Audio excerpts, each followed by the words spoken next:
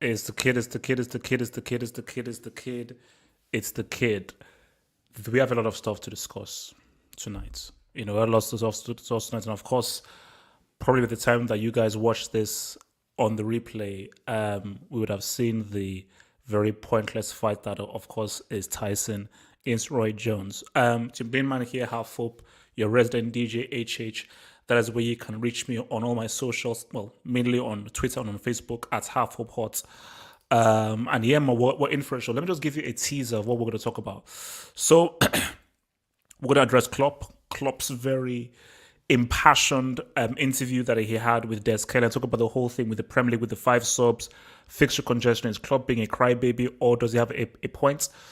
Atletico Madrid 6th straight La Liga win. Real Madrid losing to Alaves. And is this pretty much a chance for Atletico Madrid to pretty much say what's up? And then we're going to then talk about Real Madrid, investigate them. So that's got a nice segue of Real Madrid, investigate them. Haaland. We'll talk about Eden Hazard being injured and so forth. What is happening to Real? Then we're now going to talk a bit about Morata. And how do we rate Morata? How do we rate Morata really? And how... Because he scored again, but then he also got sent off as well. So the whole Morata thing will be combined with this talk about Juventus. I've never heard of a Benevento before in my life. The only Benevento I recognize is a cereal. That's it. I don't know a Benevento called a football team. And then we have to address LSG. I think LSG is probably going to be our biggest topic, and that's probably going to be our most contentious topic because LSG has to be addressed. It has to be talked about because I think we're now reaching a point of where things are becoming very, very much desperate. So, guys, remember, I have posted the link out there. The thing about the Hangout is that spaces are limited. As soon as you see that link, you have to click that link. So, as of right now, guys are trying to join in right now, but it's all full up. StreamYard only has a limit, and we're all full up in here. So, you have to really be quick whenever you hit those links, man. So, to like the vid, if you're new, remember to subscribe. And without further ado, let's start with our very first topic, which of course is Jurgen Klopp, man. So Jurgen Klopp. It was a very interesting. It was a very interesting interview that I had. So again, I think let me just lay the lay of the land so people know what I'm talking about before we really get into what guys say. So basically, Homeboy said, look, fixture congestion. We have to play on Wednesday, and then we play on Wednesday in the Champions League, and then we then have to play yet again on the weekend, on Saturday. And this is causing people to get injured because Milner went off with an injury. I think Robertson picks up a knock. And it says that we just do not have the amount of numbers to be able to cope with the degree to which our guys are falling because of how many games they have to play in a short space of time. And he also talks about not only the fixture congestion, but also 5 subs. And obviously, he took a direct aim at Chris Wilder, Sheffield United manager, who's obviously struggling that it was done to a vote, and most people voted for it to be kept at 3 subs rather than 5 subs. So on the one hand, people are saying that, yeah, Klopp, he does have a point. It is quite tough to sort of cope with all of the fixtures coming through. But other guys are saying that, wait a minute, this guy, he doesn't have a point. Because why are you whinging? Why are you whining? Mourinho has to deal with the same thing. Pep has to deal with the same thing. All these other guys have to deal with the same thing, but they're not whinging or whining as much as you are. So I want to come first to Jamal with this. So Jamal, try and be as objective as possible. As a Liverpool fan, do you feel that Jurgen Klopp has a point and he's right to whinge, to moan, and to be angry as to how the scheduling is in the Premier League, and also the fact there are only 3 subs? Or should he just keep his mouth shut and just manage with what he has? Yeah. Before I speak on that, I just want to say, guys, today we lost Brighton the Seagull. But guys, I was pissed off. But as the day go along, I feel better because I see Real Madrid, they lost to Alaves. I see Juventus, they draw to Benevento, and I see LSG draw to Bordeaux. Guys, the last time Bordeaux was relevant was when they had Marouane and Shamak in 09. Ah, back to Klopp now. Back to Klopp. Yeah, I mean, I don't know why he's talking, because this people has been quarreling about this years ago. This haven't started now. Years ago, managers have been quarreling about this. The only reason why they're saying that how Liverpool Klopp is quarreling is because we have 9, 10 guys injured. But guys, everybody has been quarreling. Mourinho, Solskjaer, everybody. So I feel he's correct, but where's the point quarreling? Because nothing's gonna change. So you just should get on with it. Okay, so in your view is that he shouldn't even mention it anymore. He should just focus on just manage the situation. Yes, he should, because he has been on this since match day 1. When match day 9 and nothing has changed. So bro, they're not listening to you. So just get on with it. Just get on with it. It makes no sense. They are not listening. It's at the end of the day, it's money. And money. And also Liverpool are one of the most popular clubs in the world. They want them to be in as many primetime slots as possible to maximize the viewership. Yeah, so I think Klopp should stop. And guys, this is a Liverpool fan saying this, but they don't listen. So why quarrel? Why argue? Nothing's gonna change. So let's get on with it, man, and show people why you're just the best manager in the world and manage the situation. Because if we win this league, I won't say nothing. We'll cross that bridge when we get there, man. I'm Ham. Talk to me, man. Klopp, man, does he have a case to whinge and to mourn with how everything has been scheduled for Liverpool? I don't think so. I think this guy is just making excuses for the fact that we're struggling. We're struggling, ironically, in attack, because I think that basically something that I've been wanting to talk about is that how good is Klopp at actually making an attacking team? Because if you look at one thing most people don't know is that while we had Coutinho, when we had our good attack and stuff like that, we had an assistant coach by the name of Buvac. But ever since that guy has left, we've looked more defensive. And what I've noticed is that in this team, as we've gotten more defensive, we've literally lost our build-up play, like how we used to attack all the time and make space all the time. Now, the goals we score are usually just a bunch of crosses or essentially just a ball in behind for Salah and Mane.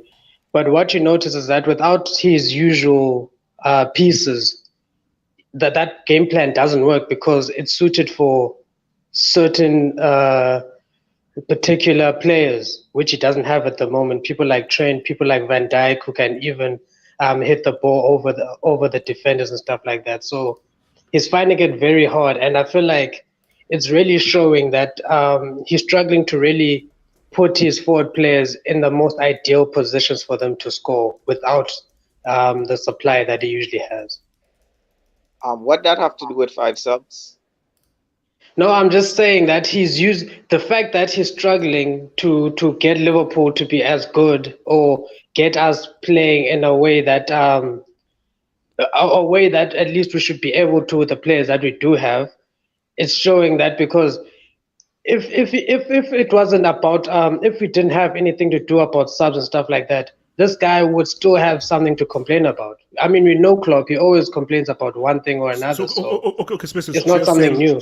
So you're saying that Klopp should basically shut it and just focus on I think Klopp should just keep quiet and just let the hits roll off him, because at the moment Liverpool are struggling. Obviously, we've got a lot of injuries. There's a lot of games ahead of us, and we need to find some way to survive through that period until at least we can we can just come back with our good players on the field. So Okay. at the moment, I think we should just keep quiet, try not to bring any more attention to our squad, and just give confidence to the players that are all playing, because they needed players like Minamino, Curtis Jones, Okay. Okay. I agree. so Okay. they Okay. they All right. need confidence. I don't think that what Klopp is doing by talking about these things, why the whole matter has already been decided. Okay. Okay. It Okay. doesn't fix it. All right.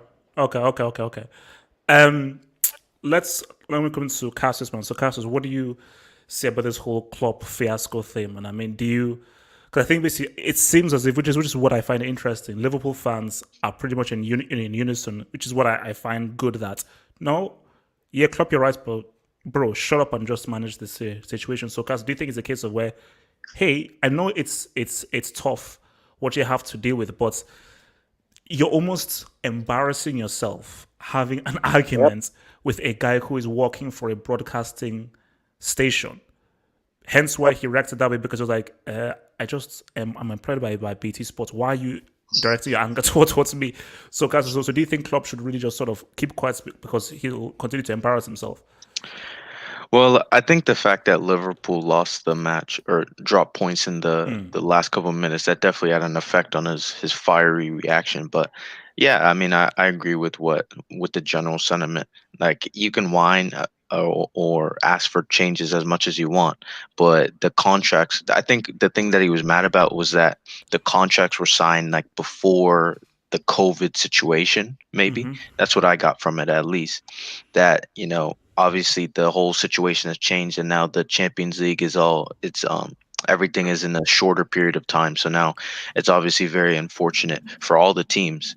But yeah, whatever he does, whatever he says, it's not going to change anything, because everything is signed, everything is sealed and delivered. So yeah, I mean, he can't do anything. He's not the only one who would like changes in this aspect. Not only in England, but managers all over Europe haven't liked even the time slots of the games they get in the Champions League, and how it affects their recovery period. I remember that was one of the things that Antonio Conte was whining about. One of the many things that Antonio Conte was whining about over the last couple of months, how his team would have to they would get an away game at the prime time slot, and then the next day was pretty much compromised because they had to fly back home, and that was their day pretty much gone. So he's not the only one who's complained about this, but I mean, it's a situation we're in, and no matter what he says, it's not going to change. So okay, let me come to the AGM, man. AGM, where do you stand in this whole Kloppy thingy, man? I think he needs to shut up and start coaching. I mean, obviously, he sounds a little bit like Mourinho-esque in past seasons, where he just complains, and it's going to get out of ridiculous. You're supposed to be this top manager. Your time with Brighton. I mean, come on, dude, move on. You have bigger problems to solve. You're not going to change anything. I think he's just shooting his balls at the wrong hoop, and it's a waste of time. Joey, talk to me. Joe. Who's Joey? You're Joey. Talk to me about Klopp, man. Look. The last person, the AGM, mentioned something that I want to touch on, but I don't agree with Mourinho. But I don't agree with the sentiment that just shut up and coach. Last I checked, having a personality and expressing yourself are key components to a side and coaching and managing. And then no, this is different. No, you can having a personality with regards to bravado, how you carry yourself in interviews is very different from complaining about something that can't be changed. let me tell you something. What Liverpool are about to do, has there been any other team in that position? What do you mean? In terms of what? In terms of the achievements, the precipice of what they can achieve. if they do win it this season, has there ever been another team in their position in England? I don't know. Well, no, because this is a once in a lifetime pandemic. So if you're saying that Thank for you a very team to much. win a league, You've answered my question. Okay. So I wasn't even taking into account the pandemic. Let's put that aside. Has there ever been a biggest team in the top 5 leagues that went into a state of, how do I describe it? Let's say slumber, the deepest slumber you can imagine. Of how many years? 30 years. Okay. That's more than I've been alive. Okay. And 30 years, they come back, beat the best team that the England has ever seen. Who never made a CL semi? Beat them. Who never made It a doesn't CL matter. semi? That's but not. continue. We're not talking about greatness. I know. But just in England, Yeah, no CL they semi. beat Leon. the record side in England to the title, and then they have a chance to reclaim the glory from their biggest rivals. Joe, this sounds like an epic In the movie, man, second but season. I'm excited. Yeah, it does. Yeah, that's what I'm trying to paint. I'm trying to paint a picture. No. So it's like What you're trying pitching to a really achieve great this movie. season. Yeah. You see, the thing is this. The point I'm trying to make is this. There's never been anybody in their position. So anything you're saying is rubbish. You've never been there, so you can't try to explain to me the emotions that Klopp is feeling by telling me just shut up and coach. No, you've never been there. There's no team that has lost these many players this early in a season. It hasn't happened. And if you're telling me, Joe, that's life. that's life. But then, Tough luck. can you tell? Okay, let me give you another example. Can you tell a man who lost someone in death to not cry and live on? Because that's life. After all, Joseph, it's not the you are billionth person that has equating lost someone in death to death. a no. Joseph, I'm giving you an example. That It's is a brick life. example. It's a brick example. No. Do you know Joseph. why it's a good example? No. Wait. Let me respond. No, Joseph, you are equating real life with a game of get the ball inside the fishnets. We love this game and everything, but this is a game. We're talking about real life. It's a game. You just said that's life, and now it's a game. No. I said that's tough luck. As in, you have situations, whether it's a game, tiddlywinks, or so forth, where things don't go your way. And that's why you even teach those little girls that, I lost at tiddlywinks because this girl cheated. I'm sorry. I will ask you another question then. Mm-hmm. Has there ever been a top manager that's had difficulties that were out of his control that didn't whine? Joe. Someone mentioned Mourinho. No. Okay. I can tell you about Wenger. No. Okay, no, Joe. Of course you're right. But Joe, I can tell you about Pep. Joe. I've never seen a manager attack a broadcaster as if he is the reason why. Same reason why I told you no manager has ever been in this position. But what we can compare is top managers in top jobs in difficult situations. Your GOAT, Mourinho, is the biggest whiner in the history of the game. Did Mourinho ever berate a TV presenter and said, hey, it is because of your TV station that we have to play at this particular point in time? I don't think Mourinho ever did it. He did a lot of stuff, but I don't think he ever did that. I don't think he ever had like a 2-3 minutes argument with an interviewer. And I commented, and I made a comment. And I made a comment under the video, your initial reaction, that he did perform stupidly. Let's not get it twisted. Yeah. But I don't believe anybody has the right to tell him shut up and coach. Because last I checked, Klopp is doing the best coaching in the league and in the world. So even with this rubbish of a situation that they find themselves in and all the hullabaloo, they are still challenging for the league. And last I checked, what? I say we're on top of the lead right now. Exactly. And even more than that, I can believe, I remember when people were hating, they didn't get Werner, this and that, and they got Jota, and he's performing like this with a dude called Nico Williams and Nate Williams. Okay. No, Joe, because we need to go to others. Let me just round you off like this. Would you, if let's say Liverpool in the next game, they either lose or draw, would you defend Klopp bringing this issue up again in a post-match interview? Yes or no? It's a yes or no question. Say it again. If in the next Premier League game, Liverpool either lose or draw, would you defend Klopp bringing up this issue of fixture congestion and not having enough subs in his 100%. post-match interview? 100%. Okay. All right. Okay. So, let me just hit this before I come. So, thinking. So, Yas's side says, Klopp is right. And let's be real. Klopp is right. Let's be real. What kind of Euros we will get after the players go through such a season? Protect the players, please. You see, Yas here, nobody said that Klopp is wrong, but it ain't going to change. Yep. That's fact. It's not going to change. So there is no point in you. If there was a chance that it could be changed, Klopp, fight the good fight. But they're not going to change it. Hence why Pep brought it up and never brought it up again. Mourinho, I think, brought it up once and never brought it up again because they know that, look, it is what it is. We just have to go through. So, you just have to deal with the reality. Undisputed, talk to me, man. Okay, first of all, he was clearly out of order to attack the reporter, but he's completely right. We have a season that's 2 months shorter than normal, and we still have 55 games.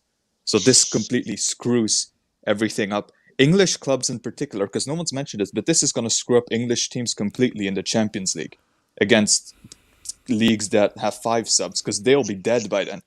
And Liverpool, they would want, they're probably aiming for the Champions League as well as the Premier League. They're way better than any other English club in Europe. So it's completely screwed up their season. They're probably just going to have to give up on the Champions League by February and just focus on the Premier League. That's probably what's going to happen.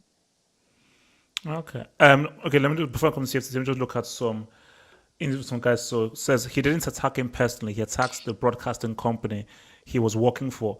Okay, so he referred to him. Eventually he didn't, but the way in which he was talking, he was saying you, not you, but you. But his energy was as if he was coming towards him, even if I know that he was not really coming towards him. What's it called? Klopp hates the media heavily. Now, Yeah, he does. does he only hate the media when Liverpool lose? That's the thing. You have to keep the same energy. So the thing is, broadcasters don't decide when the teams play. The clubs do. This is what I actually wanted to try and figure out in my head, is that I believe the Premier League come up with all the fixtures, then they give it to the broadcasters. I don't think the broadcasters say, oh no, I want Liverpool to play here, I want Thingy to play here. Yeah. I think the Premier League come through with the fixtures, then they say, okay, BT Sky, here you go. This Yeah, is your 4 that's p.m., this is your correct. 12 p.m. Yeah, and that's so, Yeah.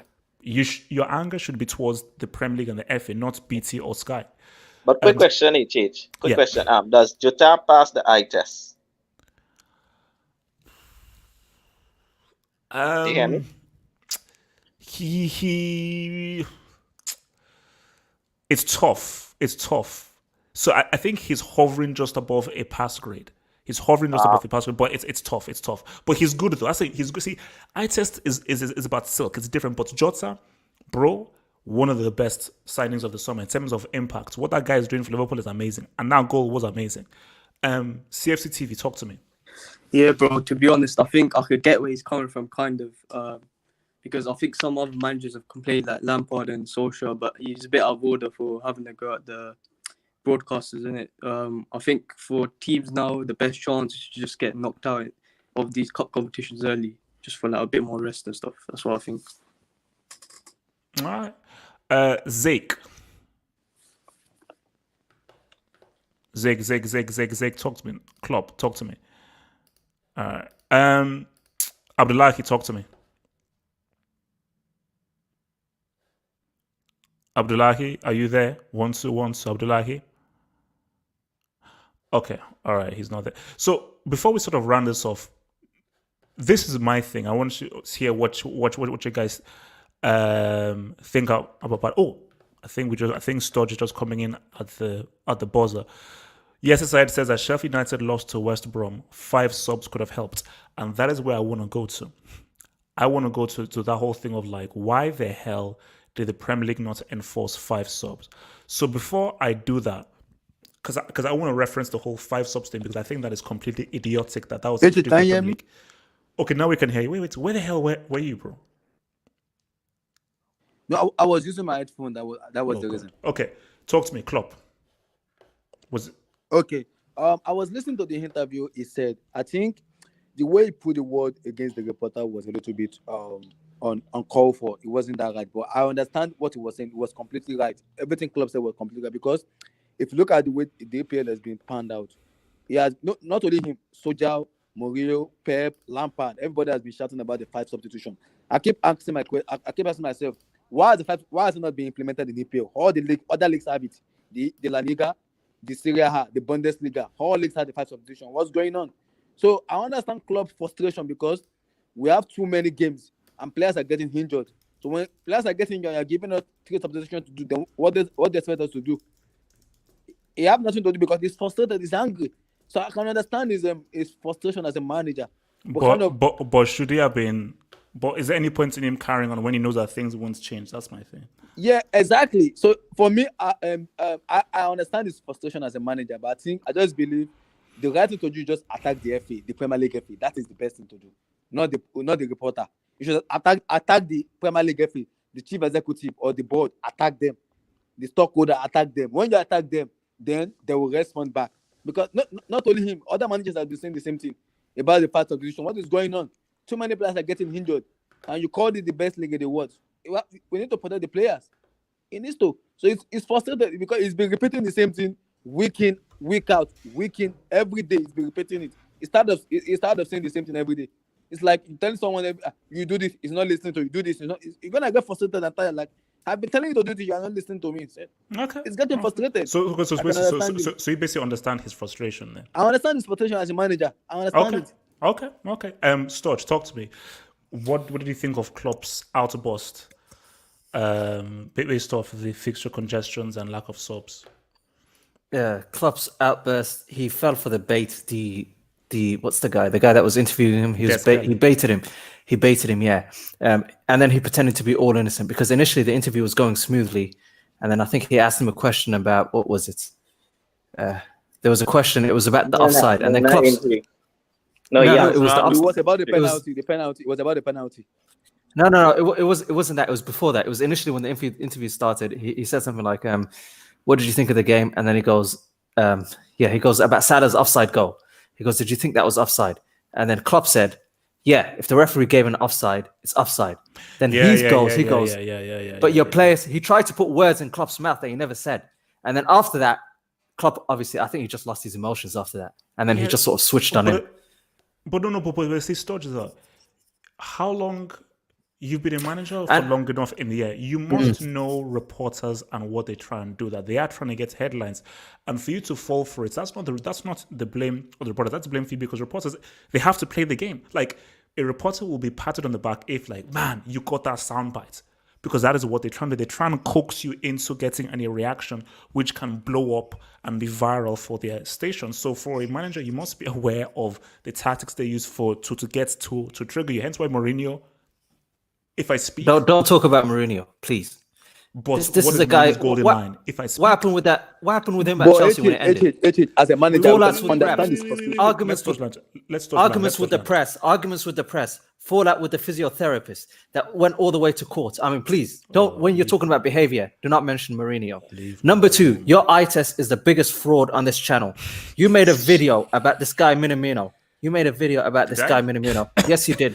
You made a video about him when we signed him, and you said he's the most promising guy in Salzburg. From my eye test, he looks like a better player than Haaland. That came out of your. He is without a doubt the worst.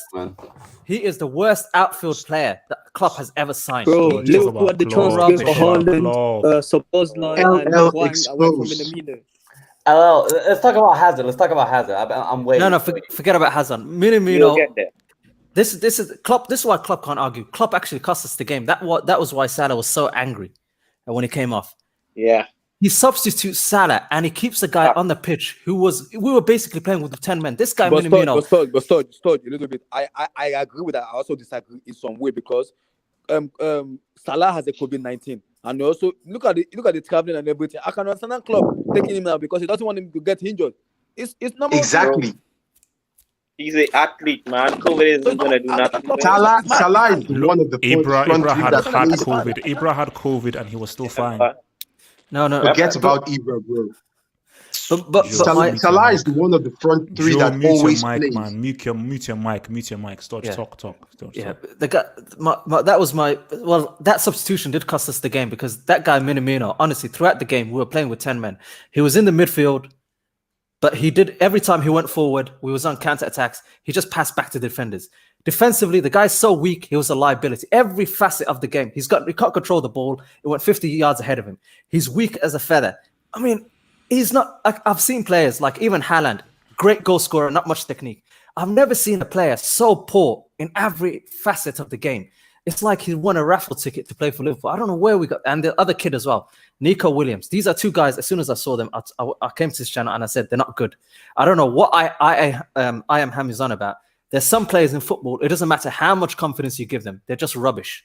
There's not enough confidence. No manager in the world can revive these type of players. Nico Williams, garbage again, got substituted at halftime. And that led to Milner being injured because we've got no other substitutes. He rested Matip.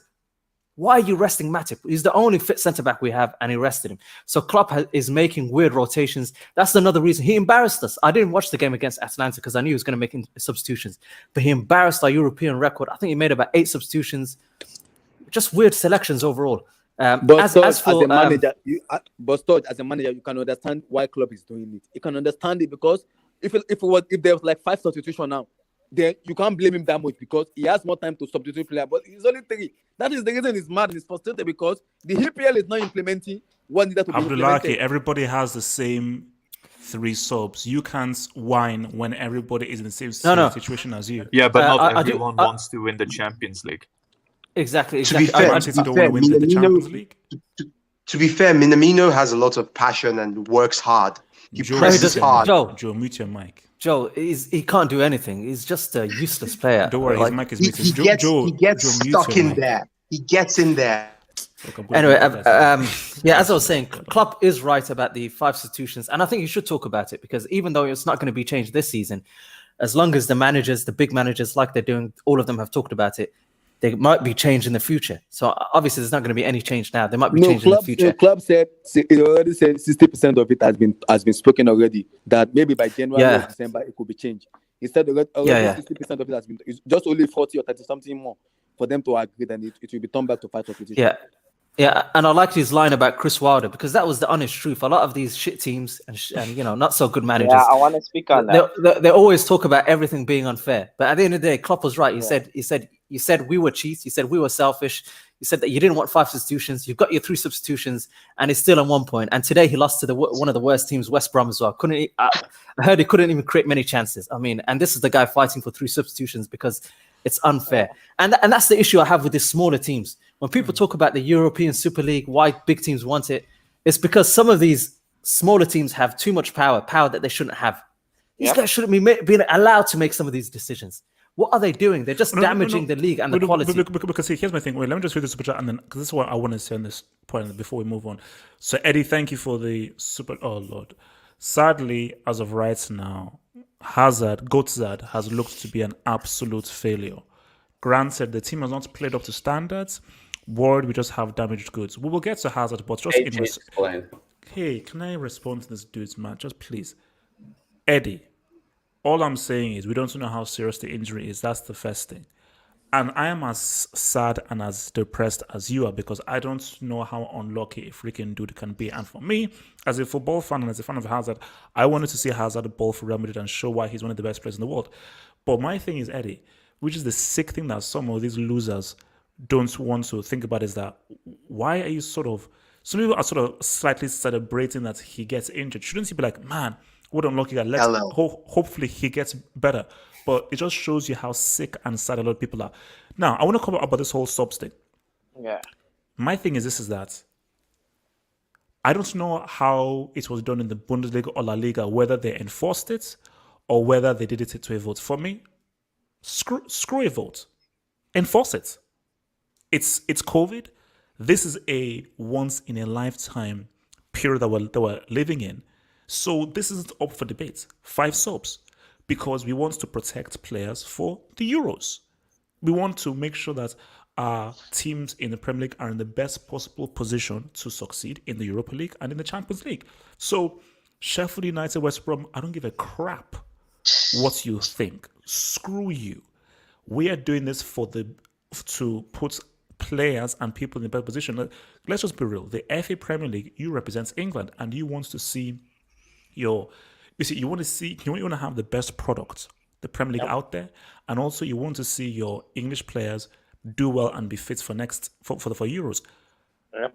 Come Euros, I don't know how fit players are going to be, because if you're playing these amounts of games and in such a quick succession, you're going to be dealing with either injury or fatigue.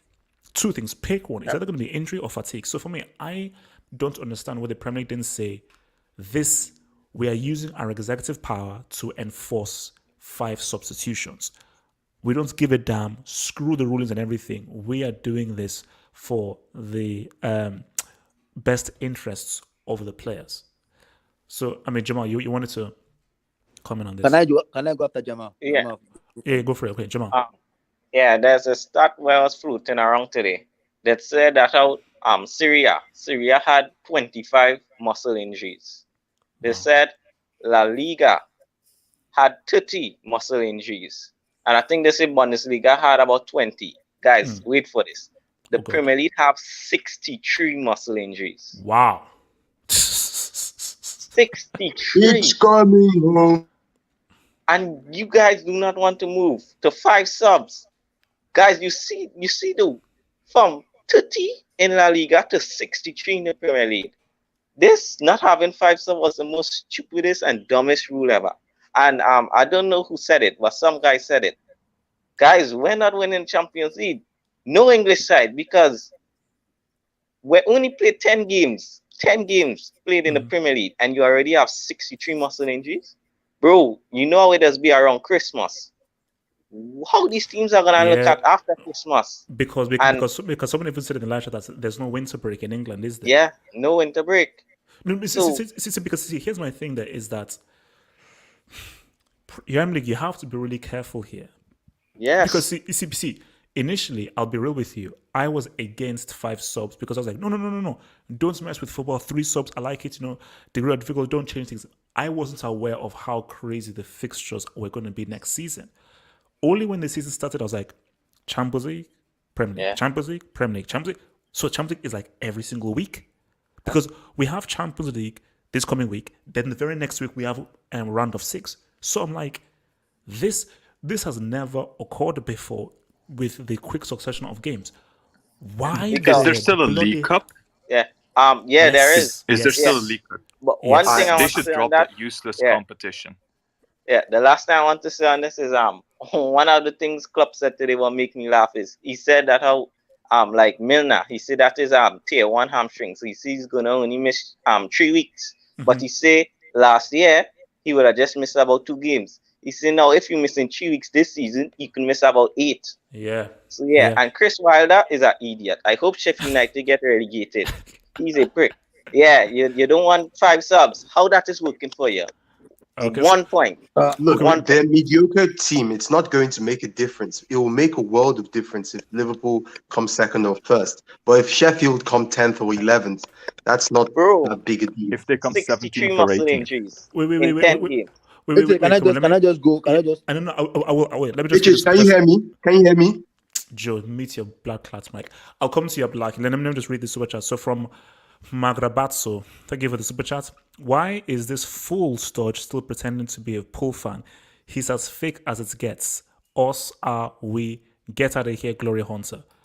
Damn, that's a bit that's a bit harsh. I mean, Stodge, I believe Stodge is a real Liverpool fan, like myself. So Look, I'm not one of those losers that would come out with statements like, I'd lose one of my testicles just so my team could win a trophy.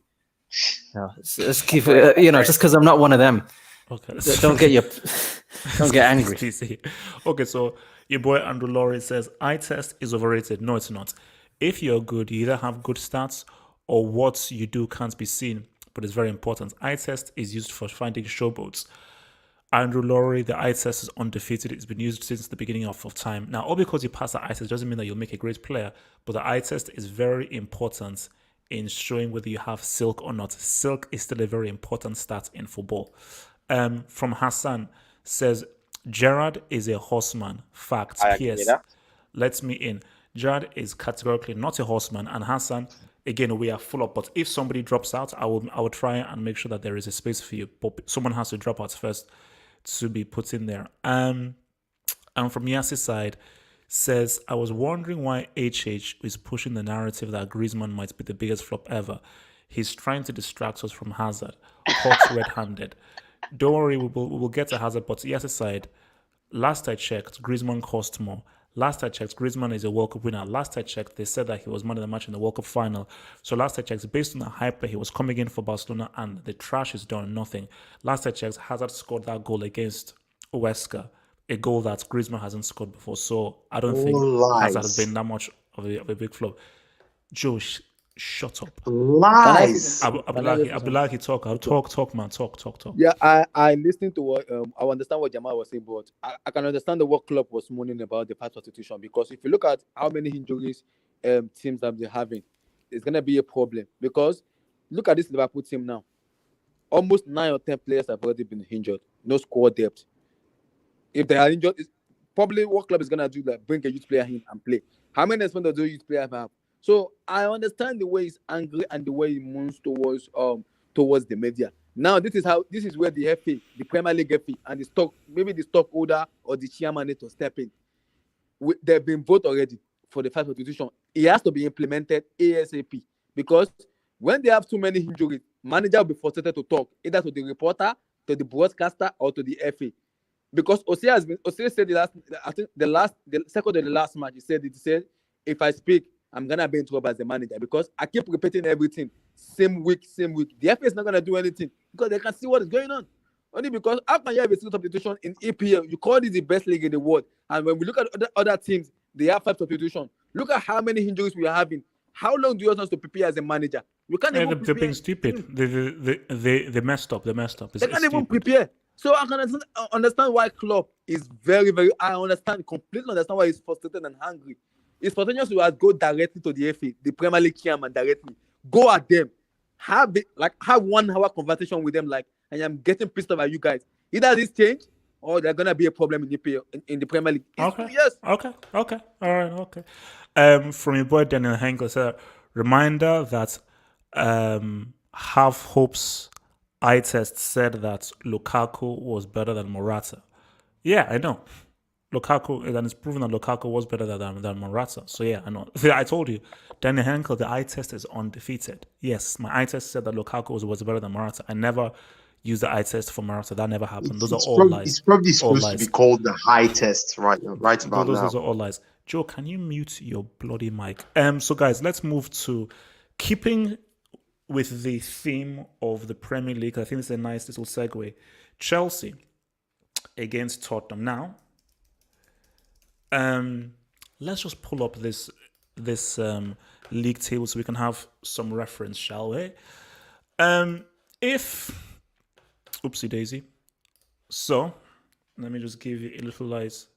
There we go, nice and beautiful. So if Chelsea plays Tottenham tomorrow, Chelsea are obviously playing at home at the Bridge. If Chelsea win, they go top. 21 points, and they have a greater goal difference than Liverpool.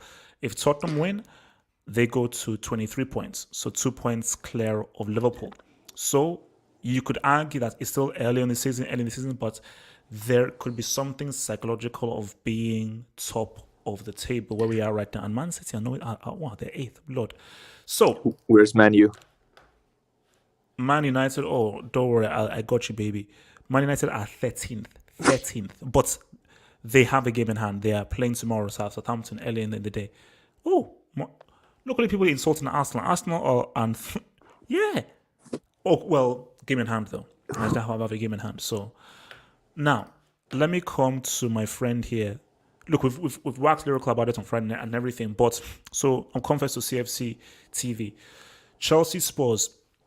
Do you think this is a game that Chelsea have to win to prove the character of this team? Because again, Ren, Burnley, they're not really top quality opposition. So do Chelsea need to win this for us to see how serious they are of winning the league this season? And from Tottenham's point of view, how worried are you about the threat that Tottenham can pose through Son, Kane, Ndombele, and Uncle Mo? For sure, bro. Like, as you can tell, like all of our big tests this season, we haven't passed. Like, we drew 0-0 to Man United, we lost to Liverpool, so we need to win this game. As for Tottenham, like And also pretty drew much to Sevilla as well. Sevilla as well. Yeah. As for Tottenham, like Mourinho, like I don't think it is pressure for them, but it's more pressure on us. To tell you why? Because Mourinho, he goes into these games, he can draw these games because he knows which games he can win and which games he can draw.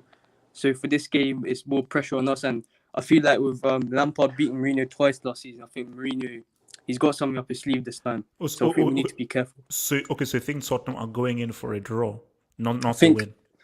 He'd be happy with a draw, but I don't know. I think the pressure is on us. Do you start Giroud or do you start Tammy? I saw Giroud. You start Giroud. Yeah. So why would you start Giroud if people's argument is if it ain't broke, don't fix it? This team has been used to working with Tammy and working well. So why would you make the brave decision of starting with Giroud? Well, to be honest, even before the season, I think Giroud's been unfairly treated. I think Giroud should have been playing where Tammy's position right now. I think Giroud should have been in that position, but I can understand if you go with Tammy Abraham because he's been his hold up plays improved and everything. But I'd put Giroud would be great as a super sub. I think that's what my opinion. Okay. So I would like, obviously you talked about this thing on the Chelsea show, but just general thoughts since the game is tomorrow. Are you still sticking with your same scoreline? I kind of do my research and review, and I've kind of look at the Tottenham Spurs matches and also Chelsea matches. I think as the Chelsea fans, it's more pressure on us to win this match because one, we need to we have to show everybody that yes, this Chelsea team can go forward. Despite them being a young team, we can easily make a statement and show them that yes, not just because we have Timo Werner, Kai Havertz, Hakim Ziyech and everything. We can show that mentality of that. Yeah, this is it, and it's a London derby. Like, despite him being a London derby, now it's Mourinho. Mourinho has a very bad record at Stamford Bridge. I think he has played 14 matches in Stamford Bridge and he has lost. I think he lost 13 or 11. I'm not sure. He hasn't won in Stamford Bridge since 2008 or 7. I'm not even sure. So he has a very bad record at Stamford Bridge, and he's gonna something else. Mourinho is he won't come attack. He will only defense. So that's my issue with Mourinho. Give me what's the score, my friend. Give me a score. I think I'm gonna go with. It's gonna be because I know it's Mourinho. I'll probably go. I have to change my prediction because it's defensive. I'll probably go maybe 1-0 or 2-1. Yeah, same. I forgot to say my prediction. I think 1-0 Chelsea. Yeah, 1-0 Chelsea or 2-1 because it's Mourinho. He won't come out. He will only probably defend. And in terms of Tammy or Olivier Giroud, the reason I'll go for Giroud is Mourinho will play Eric Dyer or Davison Sanchez. That can help Giroud a lot because he can hold on to the ball and bring on someone like Timo Werner, Hakim Ziyech into the game. If you play Tammy Abraham, I'm not going to get angry, but I'll prefer more Giroud because, yes, if Tottenham go defensive, we can easily press them and counter them also. Okay. Yeah, one more thing, HH. Yeah. Mourinho, he's going to tell the players to go out and kick us and stuff. So we need a guy like Giroud out there up front. Exactly. They're going to be rough on Chelsea tomorrow. So we need a very fit and ready player. Okay. So from Osasuna won with 10 men at Camp Nou, says Osasuna will win. Osasuna will win with 10 men at Camp Nou tomorrow. Facts. Bro, but the fact that Barcelona are a very, very dirty team, man, anything can happen, man. Let's take a few comments before I go to guys. So Spurs only won once at Stamford I was going to Bridge. say that. So has Mourinho. So it says 2-0 to Chelsea, hopefully.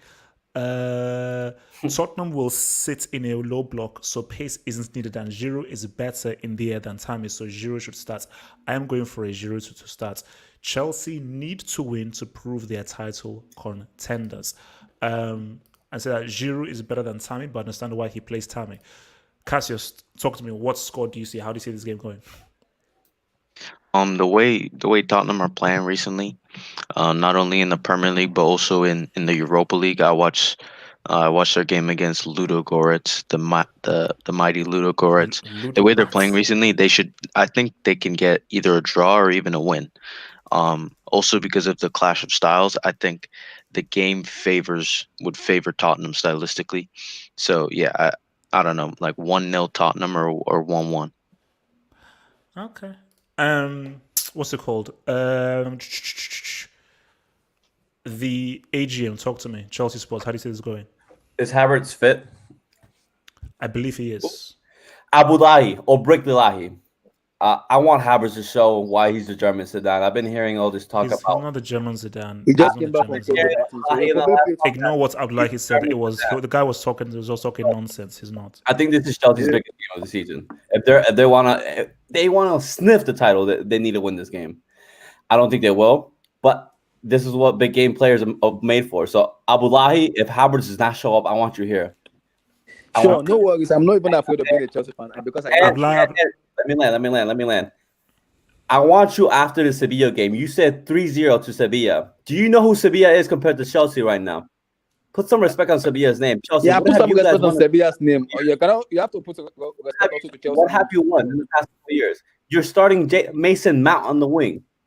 Hey, man, Mason Mount. Hey, Go put to respect Mount. on Mason Mount. Go to Put some Be respect humble. on Mason Mount. Mount Kilimanjaro. Hey, Mount Kilimanjaro. All these tic-tac clubs. Be humble.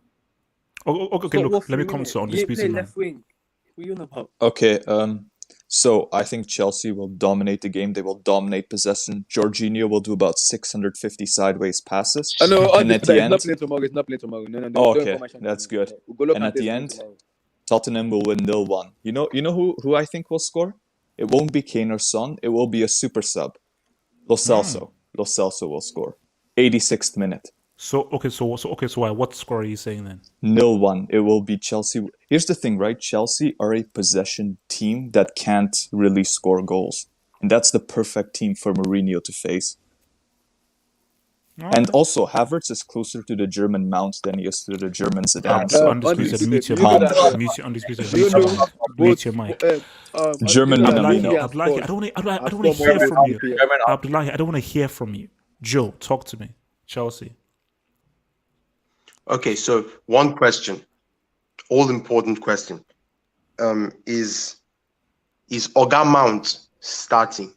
Yeah, it's starting tomorrow. Yes, Yeah, he's starting. He's It's starting. Yeah. Mount Kovacic and then Okay. N'Golo Kante. So as long as Oga Mason, that's the English Zidane and the German Zidane are both in the starting lineup, I see why Chelsea can't blitz Tottenham tomorrow. Yeah, can I say one more thing? You know, I see people laughing at him here, but that guy, he's a Mourinho player. I'm not saying he's world class, but Mourinho was starting. He's a workhorse. He started with Suzuki. Relax. He would. Mount gives you so many intangibles. I'm not saying he's For world class. Schneider, I'm saying Mount. Beats like Henderson, pretty much. Hard Easy. work, grit, ferocity, desire. Technique. Joe, can I get a scoreline from you? Nobody cares about technique. Joseph, can I Passion, get desire. Joseph, can I get a scoreline from you? Joseph, can I get a scoreline from Chelsea you? are absolutely blitzing Tottenham tomorrow. Joseph, can I 3-0. get a 3-0. The edge. Easy. You didn't hear it here. Easy. Okay, look. You buy psychology. No. Forget that clown. Jamal, talk to me and give me a score. Yeah. Man. Give me a score. Yeah, before I said, I just want to pick up on what Joe said. So Joe said Mount is Mourinho player. So from Ozil to Snyder to Mason Mount. Okay, cool. This Bro, game, man starts Sissoko. You're telling me Mount was the start of a Sissoko. What you know? To be clear, it wasn't I that said it. Get your facts right. Have me that. Yeah. So, guys, this game is important for Chelsea because, guys, I'm not the media. I don't know if you guys pick up on that, but the media is rallying for Spurs right now. I know why. Exactly, Because Spurs, exactly. out of all the top six, they have the most English Jamal, players. God bless you. God bless you. Right Thank now, you very much. for mentioning that. everybody. But guys, let's be real. Spurs isn't going to win the league, and they might finish 3rd or 4th. The goal Respect for that, Tottenham this year is the European League. Guys, this is just early. By the time February, Tottenham will not be in this title race. I'm telling you that. And Let's keep it Liverpool real. won't have any players left. Bro, we don't know. But yeah, so Jamal, this game, give me a score. Give me a score. Give me a score. this game will have a draw written all over it. 2-2. Ooh, This okay. game is a draw. I'm Ham. Talk to me, man. Chelsea Spurs. I'm Ham. I think Tottenham is gonna win. I don't rate Lampard at all, and You don't rate Lampard at all. Why don't you rate Lampard at all, based on what he's done so far? no, because of all the things I've heard from Chelsea fans, considering your manager couldn't even promote Derby, so really, I Man, don't you rate have to give respect to Lampard. He has beaten Mourinho twice already. There's not So, much no, you no, guys no, no. can do. He has beaten Jose. HH call him the GOAT. He has beaten him Wait, twice already. Sablaki, mute No, your no, no, no, no. mic, man. I'm Ham. Talk. I think you see Mourinho. Mourinho right now is he's having his moment right now, and I don't think that moment's going to end just because he's playing against Super Frank. Okay, I think tomorrow we're going to see a Son and Kane masterclass. You're going to see Mendy finally get broken and get introduced to the Premier League properly after playing all the fodder of the Premier League. So The sun rises Yeah, in the man. east. Give me Name a me a score. black goalkeeper. Name me a black goalkeeper. Mendy is the black Buffon. He What's is funny amazing, is man. I'm Ham. Give me a bloody scoreline, man. God damn. Give me a scoreline. I think it's gonna be 5-0 Spurs. Stodge. Fam. Can you please talk? No. Stop. Somebody's- Talk. It's cocaine, man. Yeah, this game, it looks like to me it's going to be. What's Chelsea's starting lineup? Who's your actually? I don't need your starting lineup. What's your midfield? Well, Kovacic, it's definitely Lampard is Kante, gonna play. Mount. Mount Lampard is gonna Kilimanjaro. play, Yeah. Kante, Mount Kovacic. Kovacic, and Kante. N'Golo Kante. Yeah, Kovacic. Kovacic, N'Golo Kante, and Messi Mount. Yeah. Okay. Yeah. I guess. Yeah, I can see this being a draw. Then I can see this being a draw because I don't know. This can go either way because I don't know how Tottenham have been good defensively. Because isn't Dyer their centre back? No they've been Alderweireld. good. They've been good because No, Toby no. Alderweireld is But out. a big one is no Alderweireld. Alderweireld is No injured. Alderweireld. It's Okay, gonna be who's Davinson the centre back? Sanchez. Davinson Probably gonna be Sanchez and Dyer Dyer. and maybe Davinson Dyer Sanchez. Yeah. Is who's your best? How good is Havertz? Is Havertz fit? Is he fit? Yeah, he's fit. I But believe, Lampard yeah, is he's fit, gonna he's fit. gonna He's make the it German difficult. Sedan. That's how Yeah, good he's he is. fit. German He's Lewandowski. Klopp is gonna start. Wait. Okay, wait, He kind of guys. reminds me of Oscar, to be honest. Wait, guys. Too many guys are talking. Storch, just give me a scoreline. Yeah. What scoreline are you running No. with? I need to figure out. You know Havertz, right? Can he carry the ball? No, he can't. No, he Of course can't. he can. Okay, He yeah, can this do that, is going to yeah. be a draw. He can. This is going to be a draw because you know that guy Holberg that they're hyping up. I've Yeah. seen him many times for Southampton. If he comes against an attacking midfielder or an attacking facing player that can carry the ball, he'll be humiliated. I've seen it time and time again when he's played against us. So yeah, this is going to be a draw. I can see Mount is the only player that's going to score for Chelsea. I can guarantee that, especially with the disrespect this kid is getting. I think he gets too much disrespect. Too much. Who disrespects Mount? Wait. So, Storch, what's scoreline are you saying? What scoreline are you saying? It's 1-1. I think Chelsea are going to score first. Then Spurs are going to get a lucky penalty. I think maybe Kane's probably going to dive penalty. English boy, and then that's how they're going to get a draw, and the game's going to end in a draw. All right. So wait. Let me just take a few of these chats. So from Mr. Bargav Condetti, thank you for the dub. It's going to be a 0-0 tie, and then both will implode. Now, by implode, what do you mean by imploding? And Bargav, I can almost bet with you. If I had any cash to bet with, I could almost bet with you there is no chance of this game finishing 0-0. Now, it could be 1-1, 2-2. There is no chance in hell a Chelsea-Tottenham tie, especially with how these guys play, will finish 0-0. You can book it. It ain't sniffing 0-0, no way. From your boy Andrew Lowry, who says that we can break down low block teams and can defend. Only way Spurs win is if they attack us. Put respect on the region, Lampard and Ballack. Mendy over Alisson. See, Who have Andrew- you guys played? Where is this confidence coming from? Okay. Andrew, look. Andrew, easy. See, Andrew, my thing here is this. Let's be real. Alisson is upper tier too, and he's one of the best keepers. And Andrew, this is the key thing. This is the game that will show us how good is Mendy. We already know that Mendy is good. We already know that Mendy is better than Caballero and Kepa. But now this is a game against Son and Kane. How good is Mendy? If, let's say, Tottenham do get a few good chances and they cut Chelsea open, then we can then see how good is Mr. Mendy in this game. So, guys, that is there for Chelsea and Spurs. Now, let's now get to where things get a bit tricky. Wait, who is cooking, man? Or moving around the whole thing? So, La Liga.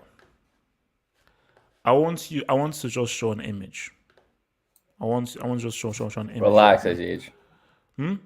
Relax. What do you mean by relax? This AH, is- before you proceed, can I do something? No. What do you want to do? I want to officially submit a letter of gratitude and gratuity to Chelsea Football Club Okay. For what? for helping Barcelona to finesse Real Madrid and making our downfall not seem as bad. Thank you for selling Courtois and Hazard, the legend, to Real Madrid. Put They've some been respect on Courtois' name. They've been absolutely crucial to the image of our great club. Your comedic skills are garbage. Your comedic skills are garbage. I'm not trying to crack a joke. They have been imperative to the success there's of a our thing great called club. mute. You know, on the stream here, there's a thing called mute. Click it and see what it does. Just for experiment, just click the mute, and I'll tell you when to click the mute. But just for now, just click that mute button. Thank you. So La Liga. Now, Sociedad, congrats, 23 points, and they are the informed team, and I think it's amazing. There is no way in hell that Sociedad are going to outlast. But guys, this is a very weird season. It's a very weird season that we're having right now. And what's that? 18, 19, 20, 21, 20. Is that 6 points that Real Madrid are behind? Relax. And Atletico also have a game in hand. You see, my thing is that let's keep things real. I will be shocked if either Real Madrid or Barcelona win La Liga this season. I will be shocked. Because for me, let me land. I'll be shocked because for me, I just don't see it happening. Because for Real Madrid, I always said that last season, it was more of a case of it was more of a case of Barcelona losing the title than Real Madrid winning it. Barcelona were just so bad. Real Madrid just took advantage of just how garbage Barcelona were. Barcelona, as we can see, they're not even in the freaking top 7 here on the list. They're not even in the image. And for Real, bro, you just can't depend on these guys. And these dudes are getting a lot older. And in every game that Real Madrid play, basically, there is no game where you feel that, Madrid can definitely 100% win this, that you have full confidence for them to actually win the game. That era of invincibility that they had, it's gone. And I think Zidane used the last ounce of juice and energy last season. The very fact that Madrid made no major signings and you're relying on a crocked Asensio and a Spanish fruit seller named Vasquez just shows you the issue. So my thing here is this. I believe that this just shows that Sociedad... No. Forget Sociedad. This is Atletico's league. And if I'm putting money right now... See, let's just keep it real. Before a ball was kicked, I said Barcelona are going to win because they're going to shock everyone. Okay, that's... I can't fully back that now because Barcelona are a whole mess right now because I didn't account for how completely disinterested Messi was going to be. So let me come first to the AGM with this man. Can you concede that Real Madrid are not going to win the La Liga title this season? Or for some strange reason, do you still believe that Real Madrid can win La Liga this season? Where do I start? Well, Zidane. This guy, he's extremely frustrating. Easy. 3 CLs in a row. Don't call him this. I know. 3 CLs in a row. Have some respect. Better than the club, but okay. Okay, where do I start with this guy? This guy has Odegaard on the bench. One of the best midfielders of last season. He will start for any Premier League team, and he has this guy on the bench, and he decides to play Modric and Casemiro still when they're not fully fit. I just don't know what this guy's doing. And then he starts Asensio. Who is Asensio really? I rated this guy before his injury, but this guy, come on. And he leaves Vinicius on the bench, the only guy that can make plays. Like it's ridiculous. And then we have Marcelo still playing. I love Marcelo, one of my favorite players ever, but he needs to retire. His time is done at age 8. Retire? Yes, he needs to retire. He needs to retire now. I want a resignation. And lastly, HH, I blame you for some of my club's lack of success. What? HH, I told you, I begged you to keep Hazard's name out of your mouth. I begged you. Okay, no. Okay. We've now opened up to the can of worms. See, I like to joke, I like to laugh and everything. I think it's good to joke and laugh. Now, this is for you, and this is for you losers in the live chat, and for anybody listening. Please tell me how the blooming heck, on what Olodo kind of mumu kind of brain thinking would you assume or think I had anything to do with Eden Hazard getting injured and he's just not unlucky? So you think that I use my special wizardry powers? Yo, I've been preaching about the edge, and he's now proven to be the best player in the Premier League. Wait and see. So, You haven't. Yes, exactly. No, I've been proven right. HH, you don't brag about something that Silva. hasn't happened before. Like, you don't do that, and that's what you did with Hazard. That's what you did with Hazard. My mom always told me, don't brag about something you cannot do if you haven't done it. No, AGM. All I did was that goal he scored against Huesca was an amazing goal. What? I didn't. One brag. is a mistake. 2 Joe, is a can you mute your pattern. mic? Joe, can you mute your mic? Thank So you. relax. 3 is juju. AGM, look, okay, AGM, what is your honest take on this Hazard's injuries? Do you think he's faking injury? Do you think it's forcing injury? I think it's destiny. He's not bound to succeed at Madrid. I think we need to start looking somewhere else. And so you're already Mbappe. quitting on him. Oh, no. So you're already quitting on Hazard. So you're a quitter. It's reality. He's almost 30 years old. He is 30 years old. And how much longer does he have left, really? HH. Come on. Like, to be honest, this is AGM, I'm asking a simple question. Are you quitting on Hazard? Yes or no? No, I won't ever quit on none of my players in my club. But Good. I'm just saying the chances of him coming back to top 3, and I think he's a top 3 player. I think he's better than all these bricks right now that we're seeing. I think he's better than Messi at the current moment if he was at peak form. But it's not gonna happen. I think he's better than that pace merchant over there at Liverpool. But he's injury prone now. It's not gonna happen. So okay, but you didn't. I don't think you answered my first question. So, do you consider Real Madrid are not winning the league this year? No, I don't concede that because we're Real Madrid. We're the biggest club in the world, and just wait and see. I mean, people count us out all the time, and we go and win the Champions League. AGM. That's what happens. AGM, I didn't talk about the Champions. I said in La Liga. No, you exactly. concede the league? I So you don't concede it. I do not concede it. All right, AGM. So before I come to Castles, let me hit a few of these. From Matteo Genduzzi. Love the channel. Thank you, bro. Nil is right. Park the Boss FC versus Afraid to concede against top team. Top team says both will implode after the pressure. PS Tyson wins. As I said again, I can almost promise you it ain't going to be 0-0. If it's a draw, 1-1, 2-2. These games always yield results. Tottenham will pack the bus. Chelsea are going to go for it. I'll be shocked if Chelsea don't go full on attack and retry and actually put the pressure on Tottenham. That would be a bit wild. But will Uncle Mo maybe try a different tactic? I'm not so too sure. And between Tyson and Roy Jones, bro, I'm actually worried as to what's going to happen. I have no idea what's going to happen there. HH, can I ask you one question? Go for it. If Zidane gets sacked in the middle of the season, does that hurt his legacy for you as an overall football image? No. No, Okay. it doesn't.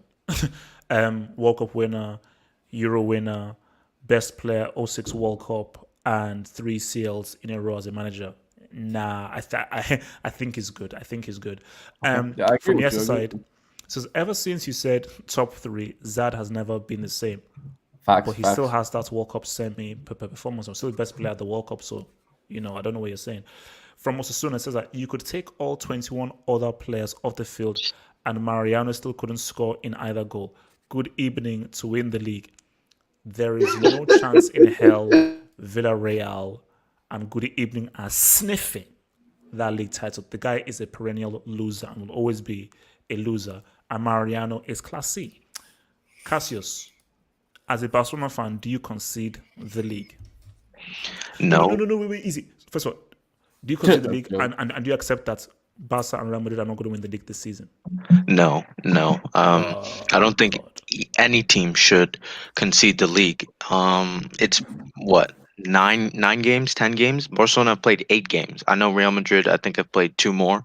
So no, there's plenty of time for any team to go. Do you think Atletico are going to continue with their run, their unbeaten run? They've won 6 games in a row. Of course, that's not going to continue. Even the goal that the game that they won today, yeah, they played all right, but in the end, it was an own goal. It was just a crazy own goal that that can happen in any game, but they didn't really. It's not like it was a barrage on the Valencia goal. So no team should take the league as over, because there's a long way to go, especially Barcelona, because Barcelona played 8 games. You can't write a team off after 8 games. And I just want to say one thing. Real Madrid, they broke their record in the San Siro by beating Inter. Barcelona did the same thing against Juventus, winning 2-0. Both teams won 2-0 away in Italy, and they both dropped points 3 days later against Alaves. And in both games, Alaves got a penalty.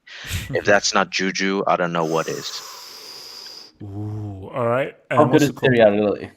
Wait. Okay, what's it called? Undisputed, man. Talk to me, man. La Liga. Is this Atletico's to win? Are they now the clear standouts favorites ahead of Real and Barcelona? Here's the thing, right? Real Madrid has never had an aura of invincibility in La Liga for as long as I can remember. Even when they were winning the league, they would randomly lose to teams like Elche and Huesca. They would just randomly lose, even with Ronaldo. It's this weird thing. Only Barcelona a few years ago were truly had this invincibility in La Liga. Real Madrid has been Champions League merchants for as long as I can remember. And Zidane, he seems to have this. It's weird. Zidane was a number 10, but he hates playing number 10s as a manager. Yeah. It's this weird contradiction. He was a number 10, but he didn't play James. He doesn't play Odegaard. What does he have against Does number it play 10? Isco? Does it play Isco? Yeah, it's just this weird thing. But yeah, Atletico, I think, will win La Liga this season. João Felix, the prodigy, the true prodigy, he will show. He is the one. He is top 5 in the world right now. He is just unbelievable. The best player in La Liga. The best player under the age of 23. He is just unbelievable. Future horseman will lead Portugal to Easy. We have Benitez. Relax. Wait, how old is Us? How old is Us? He's 23, I think. He's Okay. 23. All right. And yeah, he is. Dude, the Us does not sniff João Felix, okay? Facts. How good is João Felix's weak foot? Can he dribble? There you go. How strong are the Us's hamstrings? Yeah, played Fortnite, brother. That was not nice, man. That wasn't nice. CFC TV, talk to me, man. La Liga, man. Where do you see this? Yeah, I think to be honest, you man are gonna laugh. I think Villarreal are gonna win the league, innit? No. I think every masterclass, man. No. Those guys are not doing that. The guy's trash. Nah, trust me. Do you want to see? Imagine Europa League, Villarreal against Arsenal. Bro, I'd pay to see that. No, I wouldn't. Sorry, no. I'd rather watch the Champions League final. Thank you very much. So, talk to me. Who wins La Liga, man? I said Villarreal. Trust me, I think they'll win it. Oh, you're being serious? Yeah. Jesus Christ. Okay. Wow. I'm Ham. Talk to me, man. La Liga. Is this Atletico's to win? No ways Atletico is gonna win the league, man. No ways. No freaking way. I think at the moment, I think I'm going with either Cadiz or Cadiz or Cadiz or or if the club is doing Hey, no, Granada have a chance too. wait. I'm Ham. Can I just say that you're one of the corniest people that I've ever had the Yeah, pleasure yeah. of meeting, because like some of the things you come out with, like your comedic timing is so odd that I find it. I just find you and everything about you odd. But Ham, can you please be serious? Cadiz are not sniffing anything related to a trophy. Who's winning this La Liga? I think right now, I think some people need to look at good evening and apologize to this guy because I think he's gonna win La Liga. Trust me. I think he's gonna be the king of the farmers. He's gonna unite the farm tribes. He's gonna conquer all the farmlands.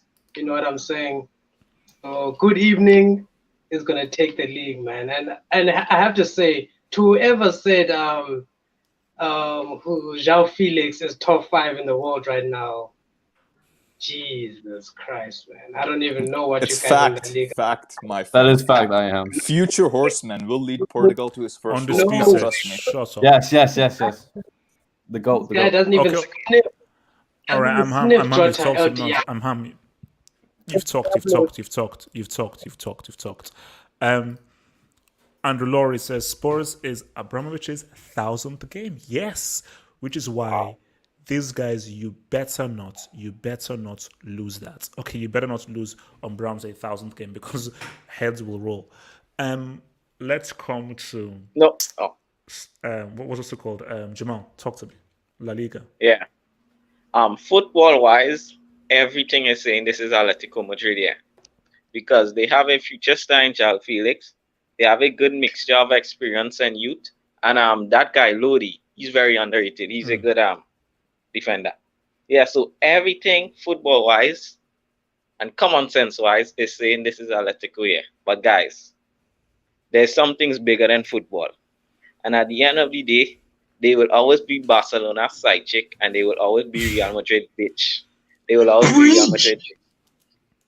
And guys, these guys have taken 10 years of lubrication, carnations, everything.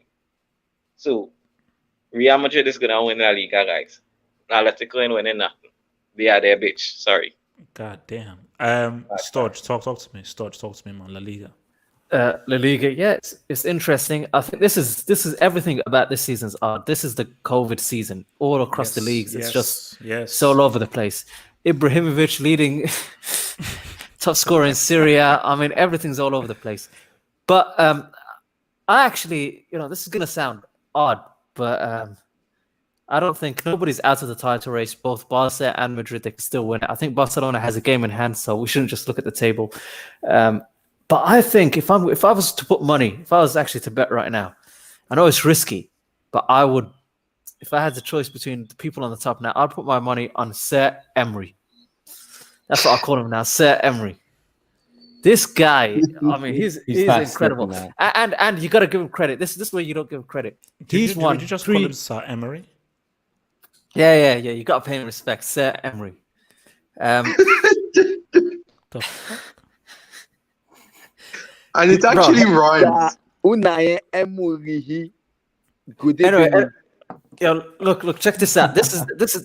There's only 2 managers in this generation that have done a three-peat when it comes to European trophies: Zidane and Sir Emery. Nobody else comes close. So obviously, you got to give this guy his respect. He knows how to win the European trophies, and I think he's going to get himself and Villarreal a La Liga title. He's just legendary. And you see what's happening at Arsenal.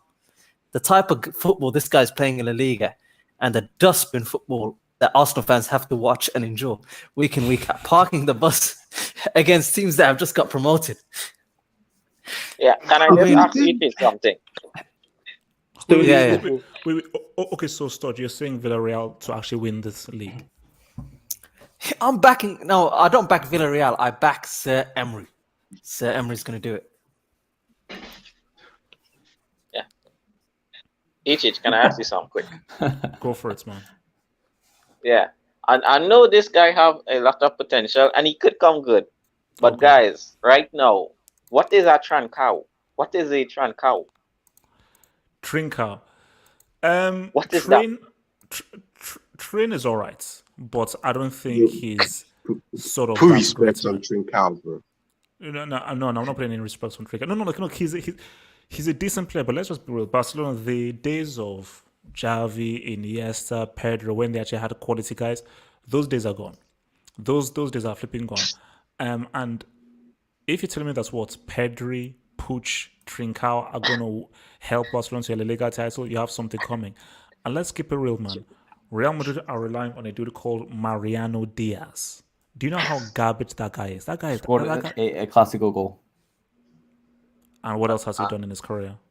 He's So had as like Bar- 30 minutes. and There we, Relax. there we Relax. go. He's there had we like go. 30 minutes. Relax. There we What go, has your there goat we done? go, CO? there we What's go, your there what's we the go. CO? So before I come to Joe, so Mr. Osasuna says, don't forget last year, Atletico looked like they were going to win the league. After like eight games, and in November, they were already out. on it. Good evening. Speak on it.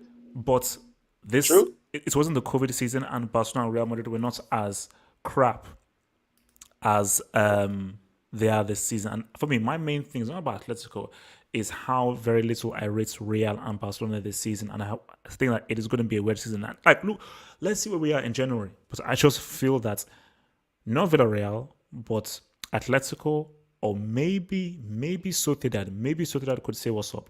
Joe, talk to me. La Liga, talk to me. Okay, so Barcelona are like I can't remember the position, second half of the table, and Real Madrid are on fourth place, and Real Madrid are 6 points ahead of Barcelona. That's just 2 games, and Barcelona has 2 games in hand.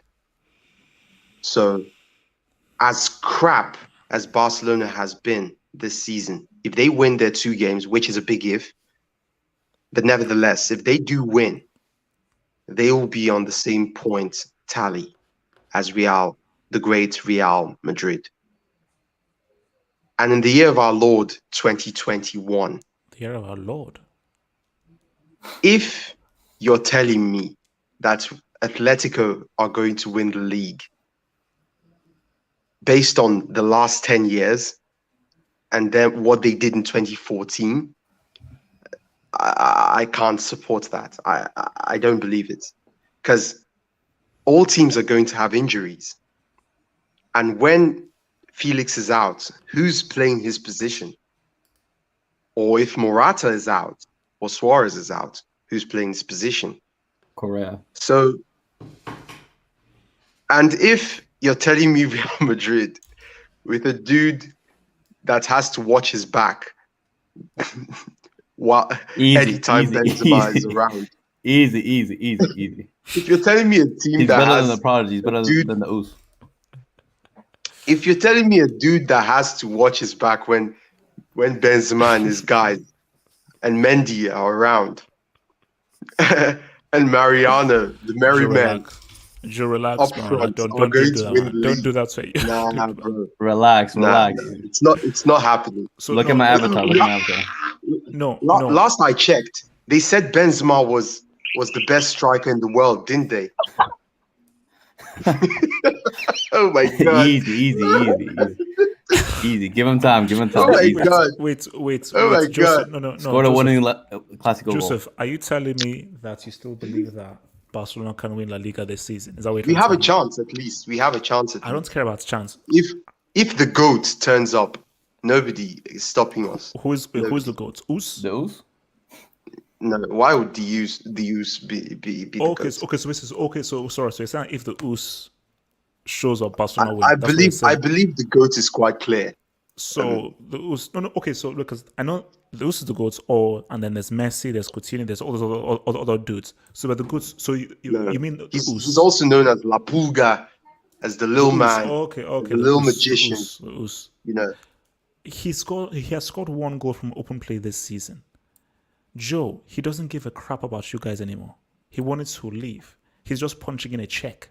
Okay, he's just coming in to work and leaving. I just have Joe, he's doing a I 9 to have 5. Joe, he's I doing have a 9 one to 5. request. Just He's one doing a 9 to request. 5. What? Just one request for What is my it? sanity and for the success of my great club. Okay. Just keep the use out of your rotten mouth. No. Joseph. I begged him to do what has No, Joseph. Now, like, if you don't want me to use my powers, I could very easily say that Messi is going to score a whole bunch of hat-tricks and Barcelona will easily win the league. So don't tempt me. Leave my goats alone, or else I will use my white magic on your dudes, man. So be very, very careful. From Mr. PK Amboni says, if two teams in the top of the 5 leagues in the world combined, like Madrid and Barca and Bayern and Dortmund, who will dominate historically and in the future? So if two teams in the top 5 leagues in the world combined, like, now, are you saying Liverpool as and of City. are you saying as of right now, or are you saying, see, if you're saying right now, Liverpool and Man City? If you're saying of the last 10 years, Real Madrid and Barcelona? No, it'd be Historically, Liverpool and Bayern. Juve and Milan. Who? So if you're so that's all time. So you're saying Juve Juve and all time. Milan. Yeah. I'd say Milan and Madrid. Bro, do you know how many kinds of players Madrid No, have different had? countries. Bro, it's Different If countries. Madrid and Yeah, it's Barcelona Barca, yeah. combined. If Madrid Who would and have the better Barcelona- defense? Dude, Bro, all you need Spanish to has do literally is dominated Iniesta, European. Baresi. Madrid and Barcelona, they would cut open any team. All they need is just average defenders. The attack will literally dismember any other combination, because almost every great player has played for Real Madrid and Barcelona. You know, that includes R9 would be Dino, Serie A too, though. Cristiano. R9 R9 would wouldn't be Serie A. sniff the- Zidane would the be rock. Serie A. Zidane would be Serie A. Yeah. Baggio.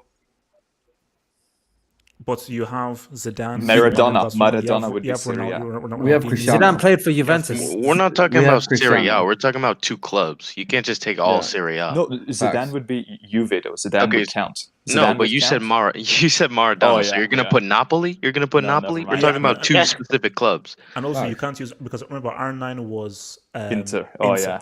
Fuck. So Imagine Ronaldinho with CR7. CR7 to go. No. CS. Look, Imagine a midfield of Pirlo and Zidane, though, together. Imagine would Pirlo, Messi really? creating But- for R9. No, guys. The right answer is Madrid, Barca. Come on, let's I'm going to be make a real. case for Serie A, man. We're just... It's H- 2 H- we need to clubs. talk You can't, about you Modric can't and say Pirlo. Serie A. And It's who's 2 the better clubs. midfielder? Say I know, Milan, Juve. okay, That's what I then said. say Nah. Milan and Juve. Don't say Serie A. No. Milan, for me, even if you be Milan and Juve, it's a good shout. But I would just say the individual ability and skill and the kinds of crazy players. Because for me, okay, remember, you say Juve Milan. I can give you Barcelona, Ronaldo. Ronaldo's best version of Barcelona. And you can throw in Ronaldinho in there as well. You can throw in Messi in there as well. You can throw in Xavi. You can throw in Iniesta. You can throw in Eto'o. Modric. What's Come on. behind that? What's behind that? Go to the defense Ramos. Bro, and then compare there's that. no defense in history that can defend peak R9, Ronaldinho, and No, Messi at Serie A once. would have the best With Bro, CR7 Serie A. on the bench. Serie A would have the best midfield. What Yeah, did- I would what say did- so. no, Who will be what the did- front three for what did Barca that and great- Ronaldo? We don't know. What did that great Milan defense do in 05 against Gerrard, Smitsa, Milan I'm Baros? going to put it like this.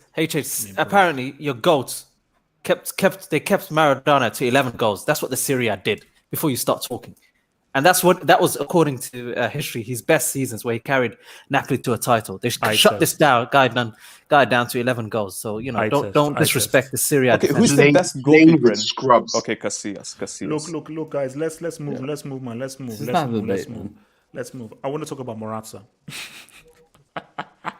I haven't talked about the DHH. Look. You'll have a chance to it. We'll be there. You can combine it in your answer. When it comes, you can combine both answers. So Morata. Now, first off, let's deal with this. Guys, I want you to be honest here, and anybody can jump in. Who here has heard of Benevento? Their coach is Inzaghi. I think they won Serie B by 20 points. I like their jersey. They were in Serie A. They were in Serie A, I think 2 seasons ago. Wait. Did you they're say pretty good. Serie B? Yeah, they won. You guys not said They won. Serie A. They won Serie B last Serie B. season by I think 20 points. I played with They- FIFA they- gamers. Yeah, I Wow. think they won Serie B like 8 games before the end of the season, and they had like some type of record goal scoring. I think Loic Remy I think they signed Loic Remy. I think they signed a Japanese guy. I can't remember his name. Maybe like Shinji Kagawa, something like that. Benevento. They're That's pretty good. amazing. Okay. He's Look, still playing? Here's my. Actually, no. First of all, let me just say this about Juve. I love Pirlo. Pirlo is one of my idols, and so forth.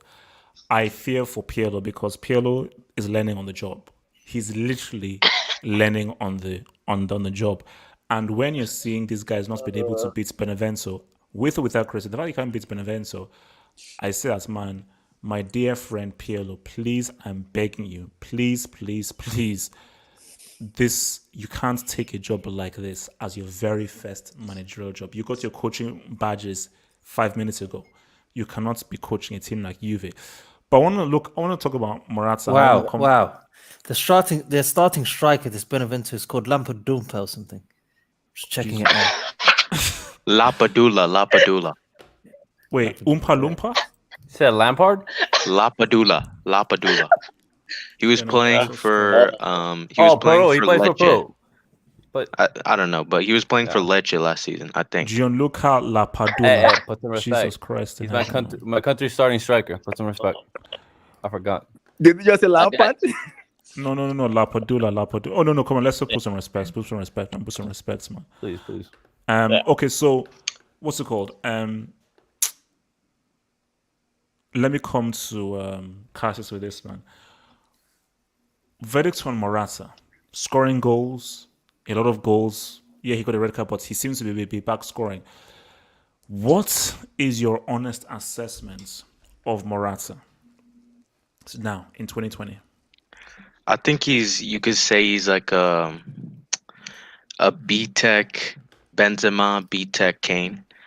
He's the same type of striker. He's not someone who's going to score like 30 league goals in a season. He's never going to do that. But at least for Juve and recently for Spain, he's been really good. I think this season he's been in the top 10 strikers in the world, definitely, because not only is he linking up play, he's also scoring at a good rate, at close to a goal a game. His only problem is that he's offside a lot, and it's not just one game where he was offside 3 times.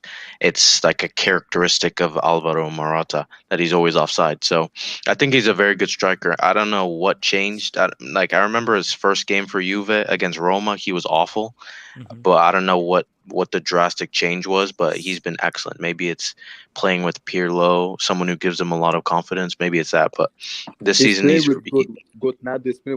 You have to have confidence. well, a lot of the times Ronaldo didn't even play this game. Ronaldo wasn't playing for he missed 2 weeks with COVID. So, and even for Spain, Morata was doing excellent. So I don't know what it is, but this is the best I've ever seen Morata play. Do Juve still win the league this season? 10 in a row with Pirlo. I can't make any guarantees. I mean, Sassuolo were second until they lost 3-0 to Inter. Milan are top right now. Napoli, they're pretty inconsistent. Roma are even ahead of Juve at the moment, and Roma are playing well. Somehow Mkhitaryan's playing well. Just speaks to Serie A. Anyway, there's a lot of protagonists in Serie A. You could go like 8 teams, I could honestly say, that are fighting for the European places, fighting for Champions League. You could even go to I think Hellas Verona are either tied on points or ahead of Juventus right now. So I can't make any guarantees that one team is going to win it over the other. But I don't think Juve are favorites over Inter or AC Milan. Okay. From what you said, Benevento had 0 points after 14 games 3 seasons ago.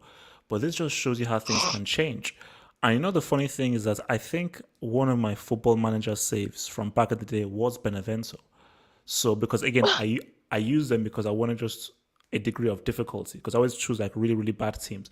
And I do remember using Benevento in one of my saves, but it just shows you how far they've come out from 0 points after 14 games 3 seasons ago to drawing against the mighty Juventus. Abdullah, he talked to me, Morata and Juve's chances of retaining their Serie A title for 10 in a row? I think this year has been the best year for Alvaro Morata. I don't know, like what Cassius said. I did not know what changed in Alvaro Morata, man. He's been scoring. Like I don't know. I could call Morata just like maybe in form of Harry Kane a little bit because this moment is pure goal scorer. But the problem about Morata is offside. That is the issue with him. Like I don't know if it is positioning. I don't know, maybe like a kind of too slow, too much offside. But his goals have always been clutch goals. Like I think we have to give a respect to Alvaro Morata. It's been clutch. This 2020, he's been on it. I don't know, maybe if it is in impact of Andres Pirlo, or maybe because you have Ronaldo training with you week in and week out. So maybe that's the reason. Because if you can remember, he trained with Ronaldo when he was in Real Madrid, and he scored goals off the bench. He don't even start against Real Madrid. He scored goals from the bench. I think he scored 20 goals in a season. I'm not sure. Okay, so okay, and do Juve win the league this season? I don't think Juve will win the league. I don't think so. I think the league has to go. I think the only team I could call favorite to win the league is maybe AC Milan. I think AC Milan. I don't think Juve will. Okay. I'm Ham. Talk to me. Serie A. We're talking about your view on Morata and who wins. Do you think Juve can still win Serie A? Yeah, nah. I think Pirlo is single-handedly destroying 10 in a row. I think it's about time that we all just agree that Pirlo, it's not going to happen. Like, as much as everybody says Serie A is a joke, Pirlo might be the midfield GOAT. I don't see anything even close to being good about him as a manager. So, yeah, man, I don't think Juve is going to do 10 in a row. I think AC Milan, I'm rooting for this season. I'm rooting for Zlatan to do the job, to restore AC Milan to the right. So you don't see Juve retaining their title? So long, if they don't sack this guy Pirlo, like every week they don't sack this guy, I think it's just going to be more. He's a legend. He's a legend. Respect a legend. I respect him as a football player, but you can't just forge documents and then rock up at a job and then expect to, Relax, expect man. to have all the. He didn't forge anything. Relax. Okay, so people what need to. What about your assessment on Morata? Yeah, people need to apologize to Morata because this guy's only crime was playing for Chelsea, a club that destroys. And Jamal, chill, man. No, chill, man. It's I'm Ham talking about stuff. I am Ham. In Chelsea, about Morata was class A, class B, class C break. So no. But Loic Remy, before he went to Chelsea, would have been a boss. Demba Ba, before he went to Chelsea, would have been a boss. So many strikers you guys have ruined. So we did not win any striker. They literally ruined themselves at the player. Look. He's talked. You've talked. Thank you. You've talked. Okay, undisputed talks, man. Undisputed. Talk to me. Morata is a player with an incredibly high ceiling because he's tall, he's strong, he's got great technique. What? It's a rare combination. Incredibly high ceiling. He can't reach his ceiling because his mentality is awful. That's the problem. He has all the tools, but his mentality is awful. As for Juve, I mean, these guys, their recruitment has been awful. Who the hell are these midfield guys? Arthur, who just runs around in figure eights. Then you've got this McKinney, I don't know, this American dude. And if they can win 10 in a row, it will depend on one player, and it's not Ronaldo or Morata. It's Dybala. He needs to show up. Dybala is finished, bro. He's not. I don't think you got the memo. He's finished. This guy is in form, he is top 2 in Serie A. That is when last was Dybala in form? When last was Hazard in form? Anyway. Easy. Moving. But he's still better, man. Dybala, dude, have you seen this guy's dribbling? He can be amazing, but he's only amazing when he chooses to be. What has Dybala done since the 2017 UCL final where he flopped? What has he done since then? Dude, Verratti Thank has you, done thank nothing you. in the Champions League in his entire Verratti career, has so been the don't best use that. midfielder for the last 10 years. The best Facts. No.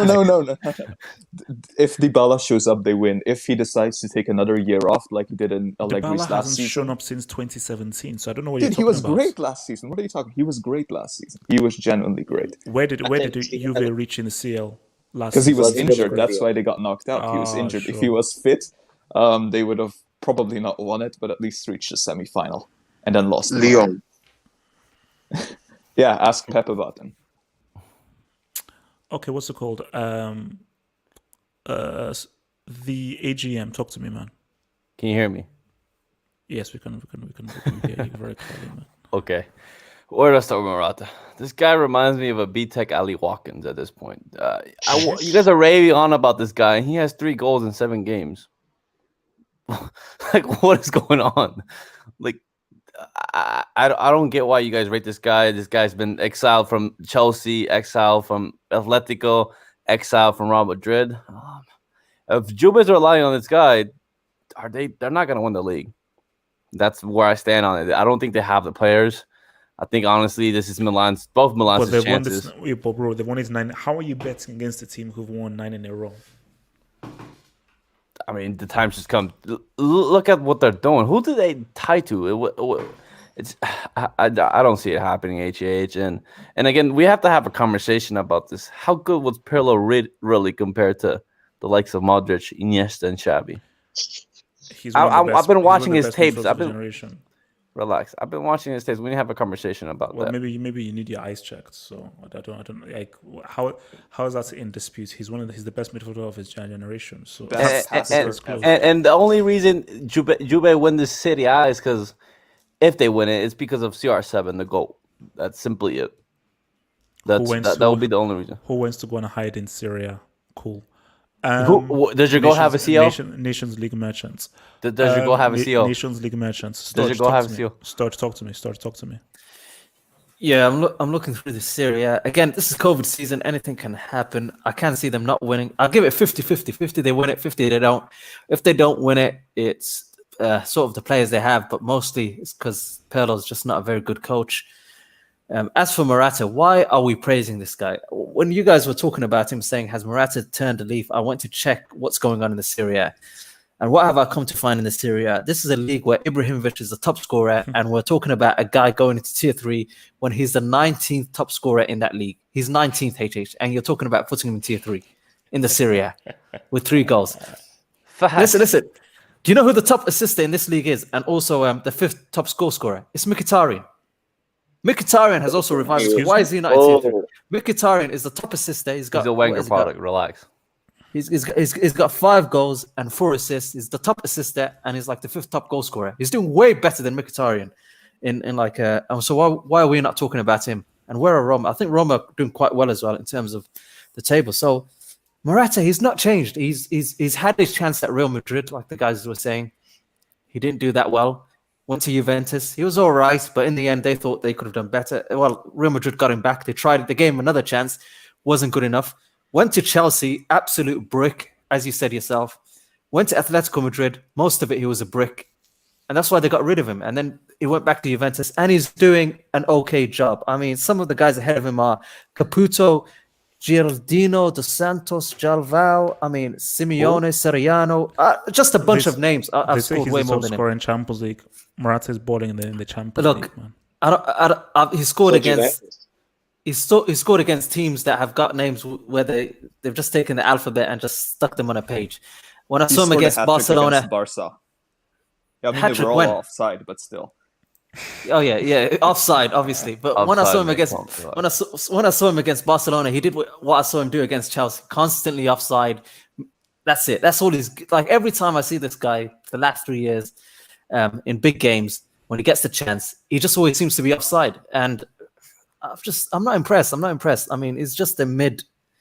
I don't know, HH. He's just. I don't know how to describe him. He's like one of those. He's just an average striker, average player nowadays. So do you stick with Juve to win the Serie A, or you're going with Ibra and Milan? Yeah, you know what? I gotta give it to him, Ibra. Yeah, they're gonna win it. I don't even like him, but you know, A 40-year-old. Wow. Okay. bro, Jamal, talk to me Pirlo's now. that bad. HH, he's just not cut up. I think he's like Maradona. Coaching's not for him. Yeah, I mean, Jamal, talk to me. Yeah, Juventus is going 10 in a row. I just want to get that in first. All right. Morata ceiling is tier 3. Morata will never stay tier 2, upper tier 2, tier 1. No. The best Morata could do is tier 3. But we have to say, guys, he plays his best football in the Serie A. Because his first spell at Juventus, I think he had a good partnership with Tevez. Yeah. So it works for him. The Serie A, it works for him. Because how they play, maybe it suits him as a striker. Because he was horrible in the Premier League. It was too rough for him. And in Spain, it just didn't work out. So, yeah, it just suits him in the Serie A. But, guys, I just want to know your guys' opinion on all these managers, like the Arteta, Lampard, Pirlo, Xavi. Which one you feel is going to be the best? Because for me, I'm not being biased, but I'm going to say Gerrard. The reason why I say Gerrard is because Gerrard have sense. Gerrard started at Rangers. He has not taken a big job. So Gerrard is learning on the job at Rangers. So, guys, your opinion. Who's going to be the best manager out of these lots? The best player manager already was 100% Lampard. Arteta's going to be like one of those, those managers they bring in to save a team from not getting relegated, to do a defensive job. I can see Arteta doing that in the future. See, for me, I think that I would like to see Arteta with an actual good team. Because I think he's Arteta... He's trash. He's trash. Come on, man. No. I've never seen a manager so clueless when it comes to attack. Let me explain. Who does he have at Arsenal? How many truly quality players are at Arsenal? Yeah. Let's keep it real. Aubameyang is top 2. Okay, apart from Aubameyang, Lacazette. Pepe. Oh, Pepe. All right. Partey, Thomas Partey. Pepe. Look, Arsenal He has simply don't have the players. No, but see, for me, Xavi is one of those things of where don't think that you're going to have a Pep Guardiola clone. So for Xavi, I'm like, I don't. You see, for Gerrard, good. It's true. So that he was sensible that he doesn't really go straight for Liverpool to begin with. But you doing well at Rangers doesn't mean that you can now come to the Premier League or Serie A and now do well. Because those are two very different beasts. I think you need one more job. Before I say anything, you keep on saying Arteta doesn't have the players. Do you know where Arteta is if you were to rank Premier League teams in terms of chances created? Do you know how his relegation when it comes to chances created? You cannot tell me Arsenal have a worse team than the bottom 10 in the Premier League. That's impossible. He's got he can create more chances than he does, but he can't create anything. Do you know what the issue is? And this is what Arsenal fans... No, Ozil. For some strange political reason, Ozil is the team. You want me to believe that's crap. That's nonsense. That's message. Ozil isn't amongst the 23 or 20 best players at that club. Really?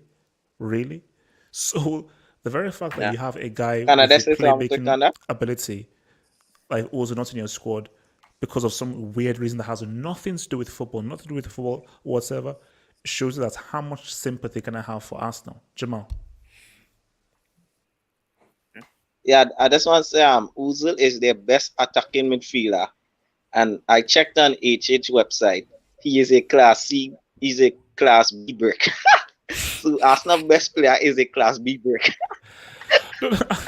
I mean, but look, it's like I like his abilities there, but the fact that the guy has been inactive for like a year or so forth, I can't place you. I can't rank you if you've been inactive, playing video games and just tweet. He's done more with his fingers tweeting than he's done with his feet in the last 1 or 2 years. So for that reason, you have to chill out in the academy, All right, look, man, let's move. I said that's why I said Ozil is more of a paid officer. He's an official of the club. He's not a player. Okay, look, so I want to talk about Lewandowski and Haaland now. In case you didn't realize, Bayern Munich won, Dortmund lost.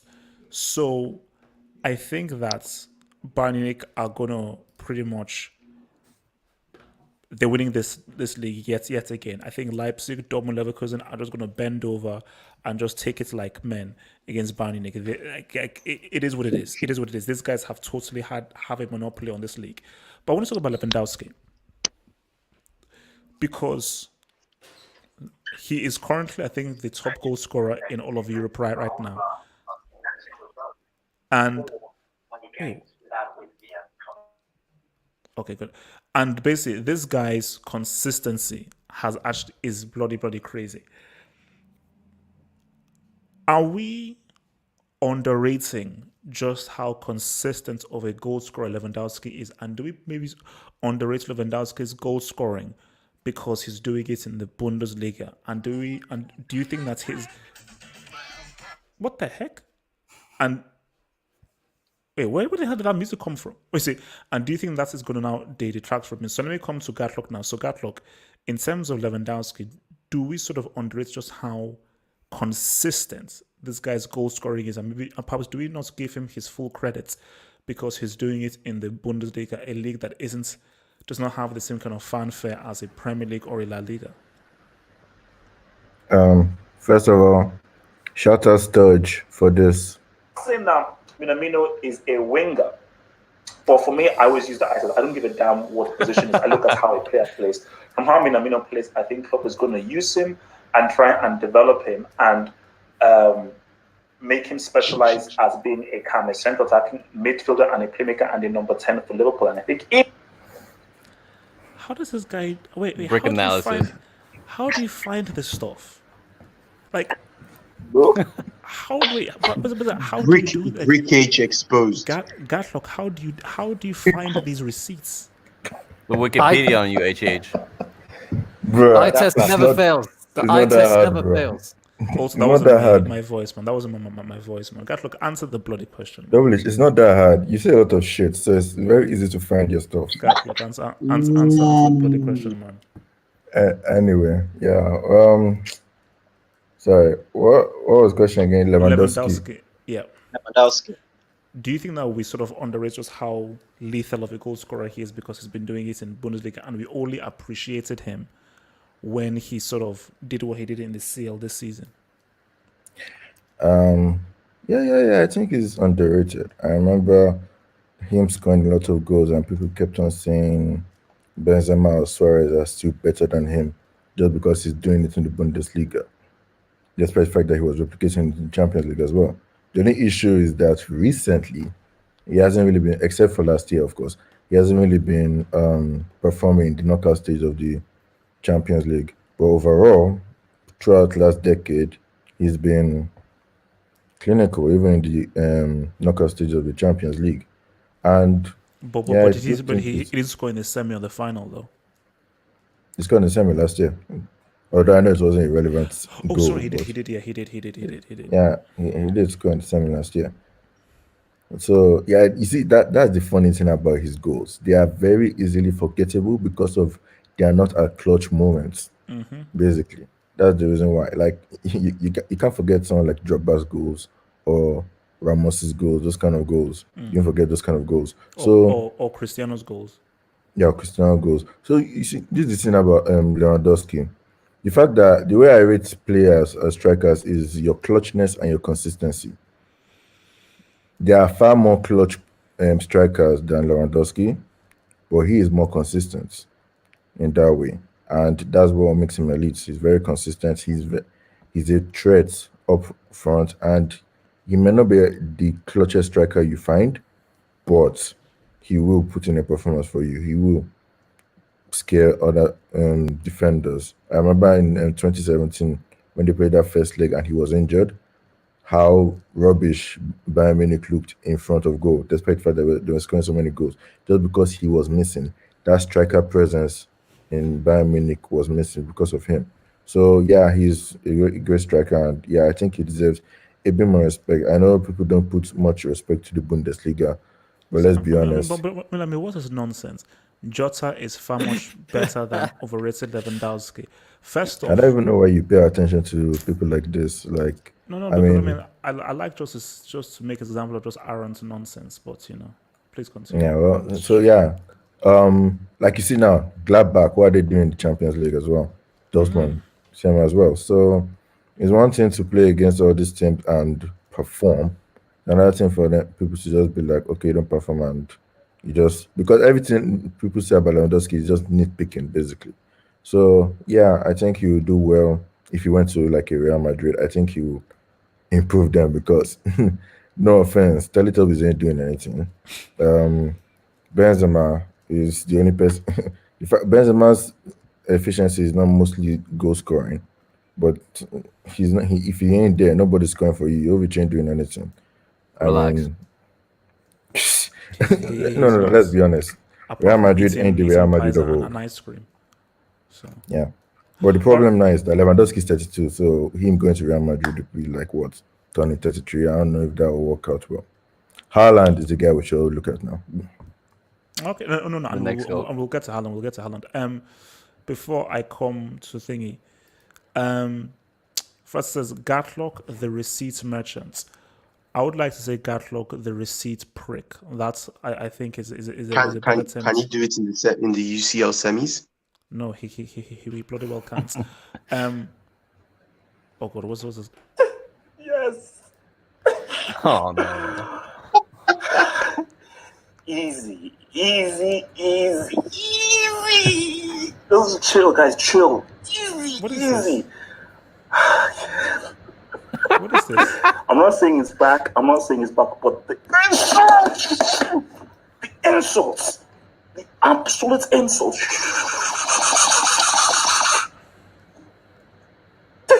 Yes. Do you know where I got this from? Twitter, when your Huesca merchant scored against Huesca. I told you, HH. Do you know how good that goal is? You're hating you're hating on Huesca. Bruh. I'm sorry if I don't take some. I mean, look at the names that are in this La Liga team, man. Like, come on, man. You're talking about Huesca, Elche, and Cadiz. None of those teams are relevant, but I'm sorry. Okay, No respect on Cadiz. Wait. Let me just read some of these Europa chats. League. Wait, let me read some of these chats. So from, I think I missed a few. So from Whimsical Thoughts, who says, to be fair, Hope preached on Son and he's still balling. Whimsical Thoughts, thank you. But he got injured. Can I respond to this guy's thing?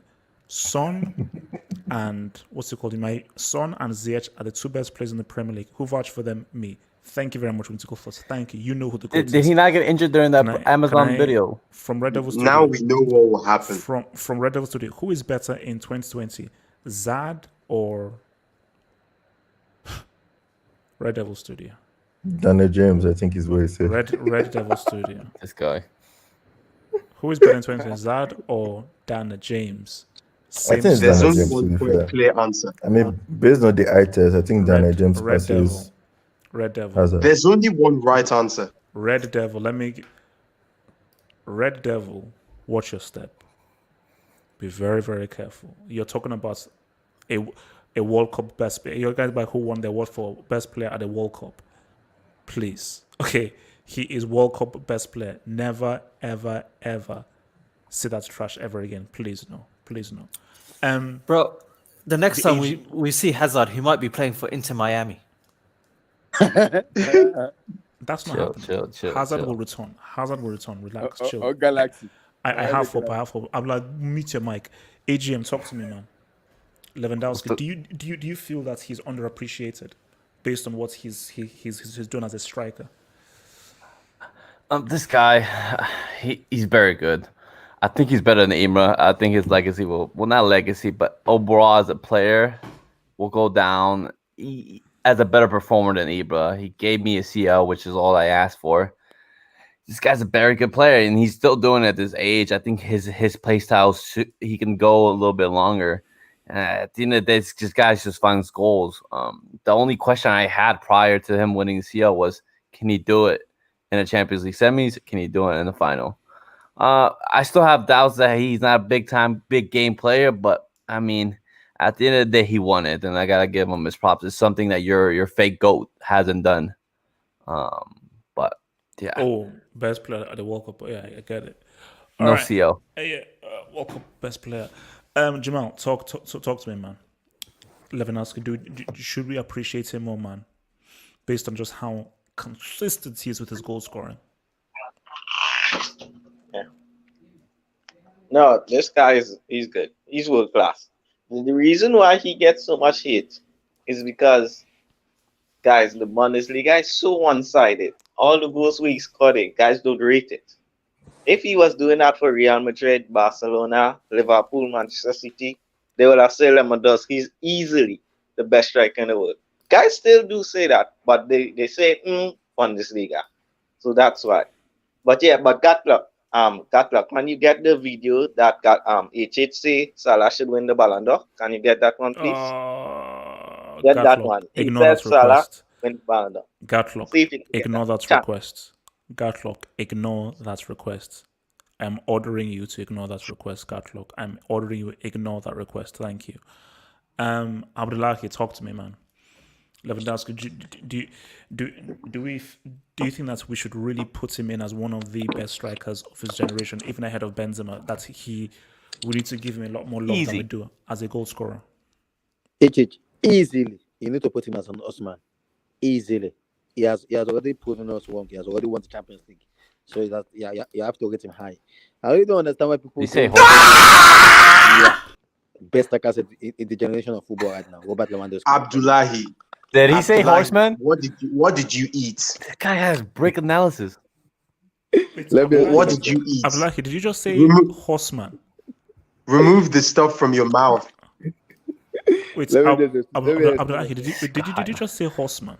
I want to use reverse psychology. Abdullahi probably said that Lewandowski is the white Gerd Muller.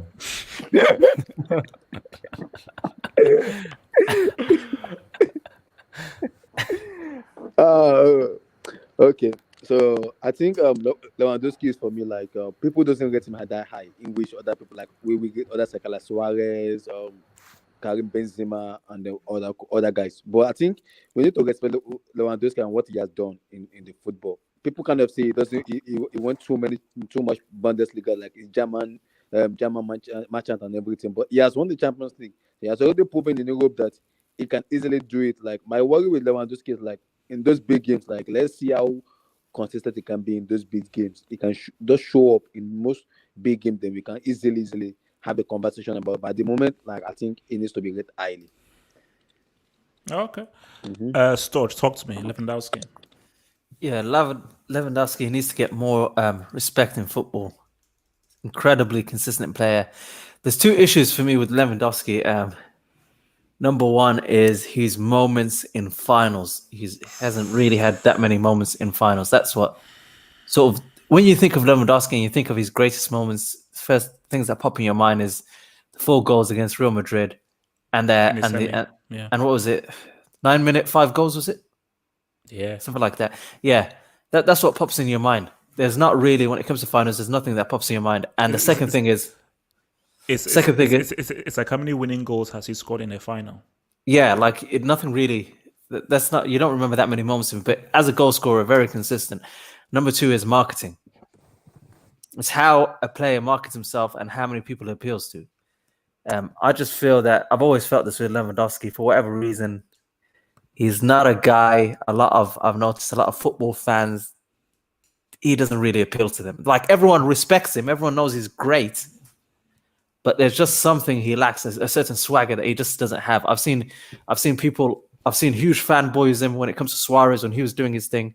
I've even seen people like, the way Benzema dresses or his swag or the way he talks, etc.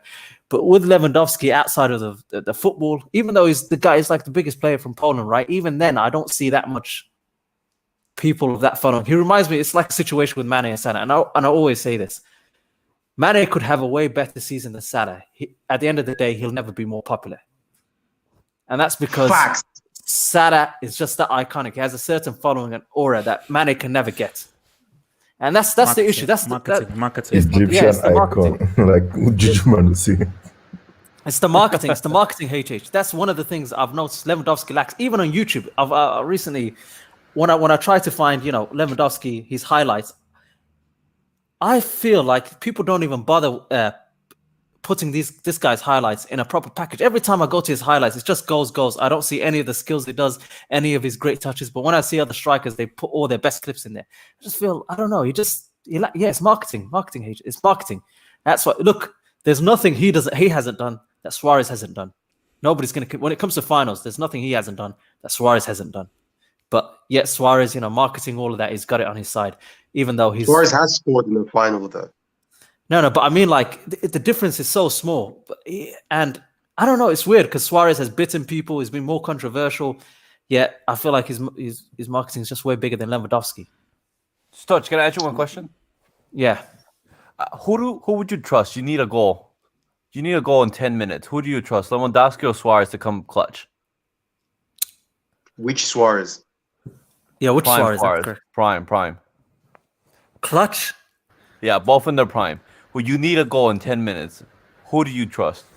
Drogba. Relax. That's not the part of the choice, bro. So. Yeah. Okay. Clutch. In the. You have to give it a Suarez. Yeah. But if this is a normal game and it's like a chance, Lewandowski gets it. If this is just about finishing, Lewandowski gets it. But since it's clutch, yeah, I'm gonna give it to Suarez. Yeah, I mean, clutch. You've got to give it more to Cannibal, man. Cannibal is more clutch. And sorry, so before I come to Cassius, man, PK Mooney says Lever swag is his TikTok. Does he even have TikTok?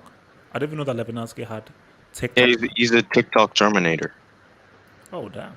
Well, Cassius, talk to me about Lever, man. So I used to underrate Lewandowski. I looked recently, I would say a couple months ago, I looked at his goal scoring numbers and it's crazy. It's like, I think he scored like 250 goals in the last 6 years, something like that. So that's got to be at least like 40 goals a season. So in terms of, we're talking about consistency as a goal scorer, I used to underrate him. Now I feel like I've caught on to his excellence. Just quickly on Lewandowski, I think maybe the biggest attribute of Lewandowski, I would say, is his first touch. I mean, every single first touch he makes is excellent. It's always perfect. And that really sets him up to be able to score these great goals, which we know he's able to finish excellently. And he's always in the right position in the box. So, yeah. Okay. I'm Lewandowski. I rate Lewandowski, but the thing with this guy is that I think there are strikers out there who I would say who are technically more talented than him. Like I would say, like for me, I think that like people like Daniel Sturridge, Mario Balotelli, Mario Gomez. I think these strikers are actually better strikers. Morata. You can throw in Morata. Balotelli. I'm ham. Do you say goat Balotelli? Wait. Tammy Abraham? I'm ham. You're not honestly telling me that Mario Gomez is better than Lewandowski. You're honestly not telling me that. No, Mario Balotelli. Hey, Chase, by your analysis, he is. This guy is sniffing pork. World Cup. If Mario Gomez had the amount of game time this guy has for Bayern Munich, and he was in the teams this guy's been in, with the coaches this guy's had, like getting the best out of them, I think Mario Balotelli, Daniel Sturridge would have done more than this guy. Sturridge. Man said. What about Daniel Sturridge? Can I please end? Some of these guys had injuries. Some of these guys had behavior problems. Some of these guys, for some reason, just didn't play in the team sometimes. I don't know. But I think for some reason, because they were shit at some point. Lewandowski doesn't really look talented. That's the problem. He a lot of times it just looks like it's fed just score. Like he doesn't stand out in the team. He doesn't stand out at Bayern Munich ever. Look, in my you do opinion. realize. It's the best Wait, striker IMM. You do realize that Lewandowski is the third highest goal scorer in the history of the Champions League, right? Bro, And there's he's no point in compared bringing him to stats third. into this coach. There's no point in bringing stats. Man said Daniel Sturridge and No. Let me wait. I need to address this. I think we're gonna have like a new. Do you know how they do it for like COVID and everything? think we're I gonna can have. arrange that. Yeah, I think we're I gonna can have a arrange hangout that. to drug testing, because I believe that you have failed every single drug test that we've had pre-hangouts, because the only thing to explain it is that you are high on something. Man is hammered. Man, you have to do a Okay. If you guys want to say this guy is top of the book top, him, or Gallo, even, book him. if you guys want to say this guy is top 10 strikers ever, or anything like that, then go ahead. But I'll tell you one thing, man. This guy's overrated. I don't think he's that good. I even think Higuain at his best was better than this guy. I think Suarez was better than please. him. Not Benzema, never Benzema. I think there's quite a few. Zlatan, I think Tammy Abraham. Sergio Aguero. What? Immobile, Benteke, Christian Immobile. Benteke, Peter Crouch. Christian Benteke, Batshuayi. Lapadula. Respect Lapua. That's my country striker. Respect. Gedesh. Abdullah, did you give this guy some of your food? Ali Watkins. I gotta tell you now, the two most bricks of this I'm an hangout have to be African, Abdullahi man. and I am. I think they share the same food. Present. Okay, wait. Infinity. Okay, to spoke about Lewandowski. Do you think he's do you think he's underrated and not appreciated enough? Yeah, he's definitely underappreciated. I think it's only because he plays for Bayern that our players are quite underrated generally, and they're not like as highly marketed, like Stud said, like Real Madrid players or Barcelona players. So they don't get the fame that they deserve. And also, there's this myth going around that he doesn't come out big in the Champions League. I think that's wrong. I mean, he scored 4 goals in the Champions League against Madrid. He's come up clutch against Chelsea, against Tottenham. But has he ever scored a winning goal in a CL quarter, CL semi, or CL final? I mean, he scored 4 against Madrid. In And 2012? where did that lead you to? A loss? 2013. Lewandowski is not top 3 goal scorers in the Champions League. I'm high. I'm He's not top 3. high. I am high. Bloody mic, man. Then what is he? He's top 3. What are you trying to say? Yes, what are you on about, man? So, guys, look. Simple question here before we move to our final topic. Erling Haaland. Oh, I haven't spoken. Oh, sorry. Oh, I'm sorry. Joseph, please speak, my dear friend. Fine, good. So I do believe Abdullahi, mute your mic, man. Oh yeah, I remember. HH, can you hear me? No, I can't. But keep on talking, man. Okay, so Lewandowski, he's good, and I feel everyone gives him his props, but everything is relative. So he is the best striker in the world because a lot of the others have declined. But at the same time, I believe the Bundesliga is a big drawback because why? There's so many. It's not hate. It's just it's easy to do it there. Like literally every young. Could you do it there? How many G's could you score in Bundesliga if you? I don't believe he could do it in med school either. So like. Yeah. Doctor. Yeah, because guys probably like about body med school. But at the same time, like I remember Paco Alcapa. I remember a dude called Hughes was the best player in the world in the German Bundesliga, and came over and has been a bum. And so has it been with so many other players. And going the other way, I remember Paco Alcapa in Barcelona was a bum, but he went there, and for a time he had the best goal scoring acumen of any player in the world. he was bagging goals for Dortmund. So it's like, I don't know how much props we can give a guy for, as you said at the beginning of this segment, for letting teams bend over and take it like men. It's like, nah. I don't count those. So you don't rate his goals in the Bundesliga then? I don't rate them that highly. He has won the Champions I don't League, so think it's Alcázar was scoring that many HH, goals. do you know who's the top 4 in goal scorer in Bundesliga? Who? Claudio Pizarro. He hasn't even reached that level yet, and that's why his league goals mean almost nothing to us. I don't rate them. He has done it in the Champions League, and he is good. It's like he's very consistent, and obviously, he can do it for any team. I believe he walks into any team. Few teams will give a competitor, but it's not that deep. It's the Bundesliga, and so yeah, there's a cap to how much praise we can give him. All right, so guys, I used to think that's wait, what. no, But if you think about the Champions League knockout stage, easy. Let me answer this question. Look, Raul is in the 3 goal scorers in the I am going to Champions just League. meet this bloody guy's mouth, man. So, very simple question. Madrid, they did a poll with Madrid fans, and they said that they would rather Erling Haaland than Mbappe.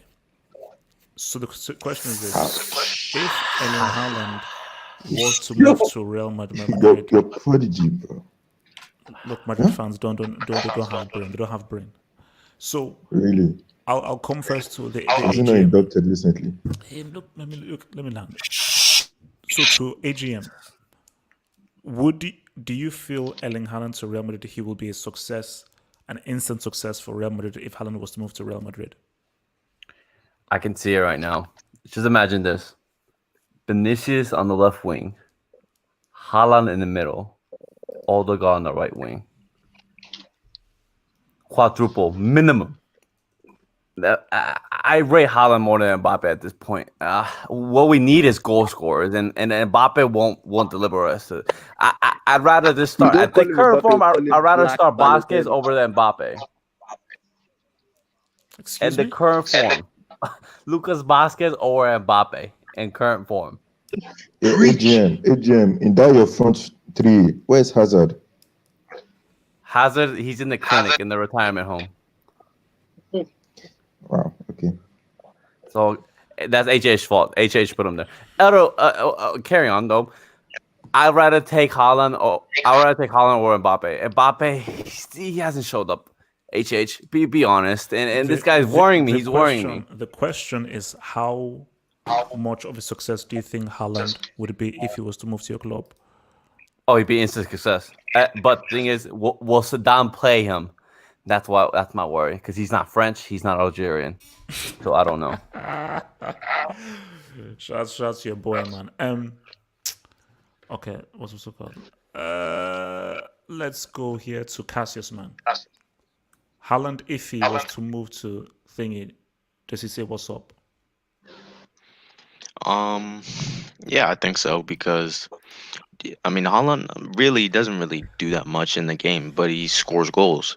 He's not like a Benzema or Kane who's going to make passes and move out to the wide areas and drop deep. No, he's always in the right areas, and he's always hungry to score goals. So I think he would score goals without even having to play that well, because he's just that type of dude.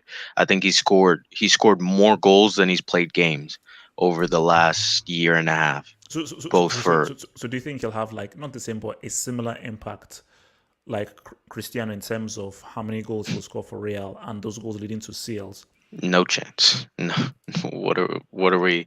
How do we go from scoring goals for Madrid to winning Champions Leagues? Haaland, he's a good striker, but no, I'm not convinced that he can win Champions League, because in the 2 games that he's played against Bayern, or actual 3 games that he's played against Bayern, it's looked like, kind of the pressure's been getting to him, especially the first one when he was in maybe his best form.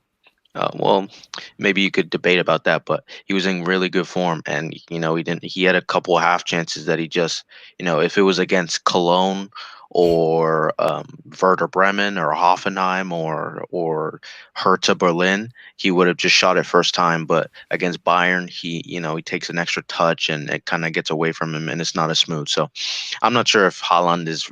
I think he can. Like, it's kind of the same conversation we're having with Lewandowski, or maybe even if we extend it to Zlatan. Haaland will always be a consistent goal scorer, but I'm not sure if that will always, if he can be the main man that leads someone to several Champions League titles. And just quickly on Mbappe, I asked you a couple days ago, I can't remember, maybe a week ago, how would you describe a pace merchant? And you told me that it was someone who relies on speed and doesn't really use their skill. And what are we doing? What are we doing here, man? What are we doing? I mean, Kylian Mbappe, the prodigy, he's not playing well. He's missing chances. Even the PSG. No. Just let me finish. I'll finish quickly. PSG fans want to sell him. PSG fans want him out because he's not really working for the team. Him and Neymar are just playing their own game, but his finishing has been poor.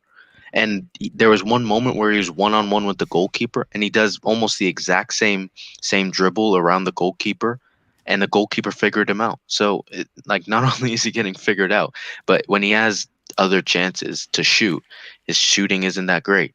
So. We'll get to LSG. That's our final topic. We'll Is it the HH effect? Yeah, HH. One question: is this one of Bundesliga's opponents?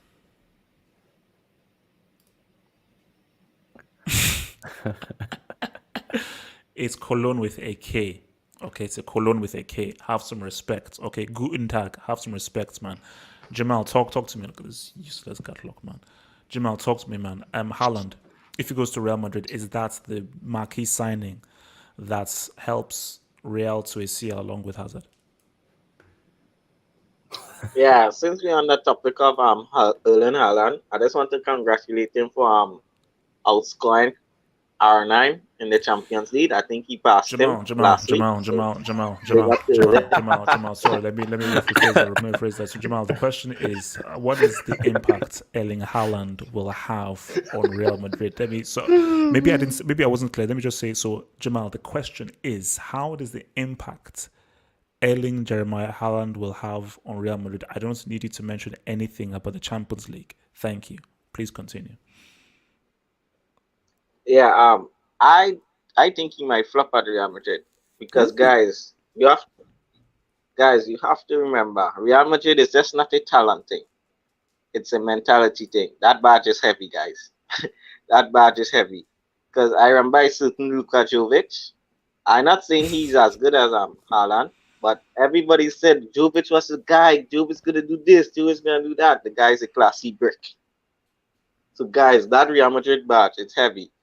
I feel Mbappe will be the better choice for Real Madrid because I know Mbappe is just a better star and a better footballer than Erling Haaland. So I think Real should go for Kylian. But guys, Kylian is playing trash right now. And again, it's HH. Stop loving players, dude. This is what happens. You're heavy. Jamal, we'll get to LSG. We'll get to LSG. And in terms of what we need, though, in terms of what we need, I think we need to look at it as what does Madrid need now? We need goal scorers. If you look at the game today, the chances the ball was in the middle of the air so many times, no one got to it. No one. You guys lack inside forwards. That's what you need. Some inside forwards. If it's Salah or Mane going into that Real Madrid team. If Hazard was on the pitch, no Hazard, no party. No Hazard. Bro, Hazard is trash. That's fact too. But we had Haaland today on the pitch. He would have scored a hat trick with all those crosses. Real Madrid scored. To be honest, I think they should go for Harry Kane. If they could get we need a classic number 9. Yeah, that's what Harry Kane is. Class number 9 goal scorer. If you saw the game today, we needed someone to head the ball in the net. That's all we needed. If I was Madrid, I genuinely would. I'm not, and this is not an English bias thing. Like, looking at how Kane has been in Spurs for the season, like, he's definitely improved. His hold-up play is better. His all-around game is better, and he's your classic number 9. And I actually think he'd be a lot cheaper to get than Erling Haaland or Mbappe because obviously they're young talents, etc. So their value is going to go up and up and up, and not going to be sold for anything less than Guys, 100 million. Yeah, but I I'm would still hearing, go with Haaland because of the ceiling. They said I'm hearing they're that saying they, they're saying Sergio Aguero is free in the summer, guys. Is he finished, or would you still make a move for him if you're Real Madrid? Aguero. No. before No. before No, we no, move no. on, they That's said He's that too injury all prone, Madrid, and that's our main problem. they said Joe, go all for it. Madrid needs is someone to head the ball in the net, right? Yeah. Giroud. Yeah, then why not Giroud. Giroud? You read my mind. You literally took it out of my I'm not throat. opposed to that. I would be Giroud I am is literally on so the desperate market. to have a. I'm literally so desperate to have a number 9 that knows how to be in the box. I I know will take people Oliver and Giroud Giroud. as well.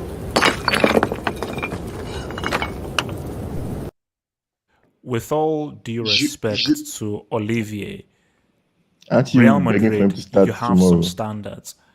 Give Do me you- Mbappe on the right, Giroud in the middle. We Giroud win a is treble. unhappy. Respect the World Cup Giroud is winner. unhappy. Giroud is on the market. He's cheap. He needs playing time, and he's going to be reunited with Benzema and Zidane, so he can, you know, he can ball for them and help them not win the league. Think about this. You've all heard what Benzema said about Giroud and how Benzema feels about Giroud being compared to him. Do you really want them to? Do you really think that would actually spark a partnership? Knowing how Benzema rolls with Benzema trying to get your boy Vinicius out of the team. So do you think that would actually be wise? I honestly think one of Madrid's problem is that Zidane won't let go of Benzema. Benzema is a great player. He's a great player for a particular system. I just don't think he fits the system that we need unless the GOAT comes back, CR7. But realistically, he doesn't fit the system that we need right now. Haaland, they need to sign Haaland, in my opinion. Haaland, I don't know. I think we're looking at potentially the fourth horseman. Facts. Preach. This guy. Have some respect for this guy.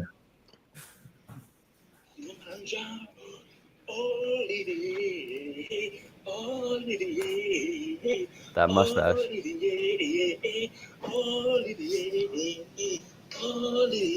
Gatlock. Stop with this false reasons, because that's not me. That is not me, and I do not vouch for that guy.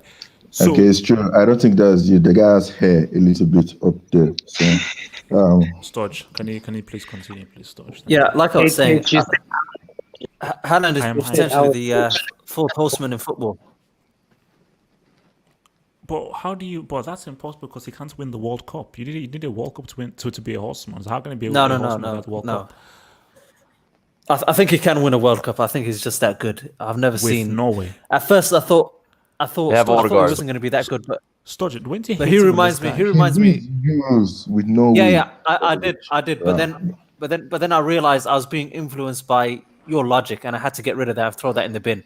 So now I'm using actual sense. And what I've seen from Haaland is incredible. He actually reminds me, the way he started his career reminds me of R9, just the level of goal scoring consistency. Higher ceiling. R9.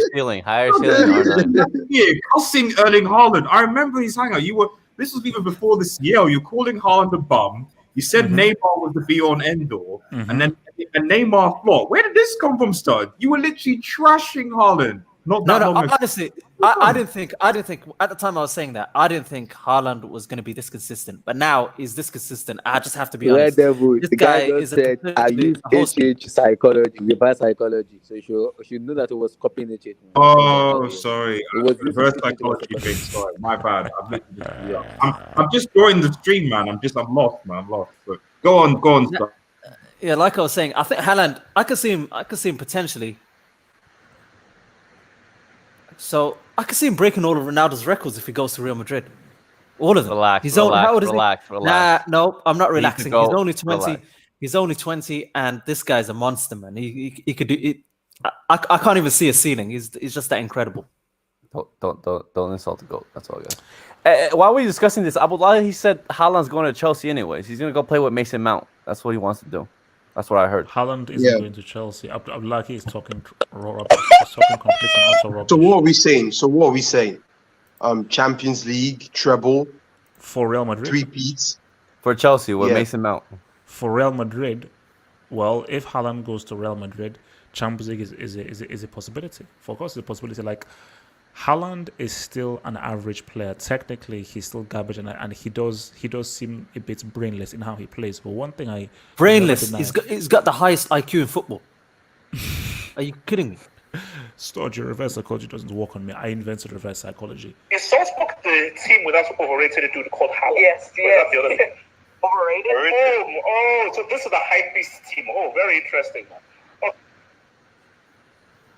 Guys, all those receipts you're hearing from Gatlock aren't me. They're not me because they can never prove them me. And even if it looks like me, it isn't me. This is me. I am the real HH right here.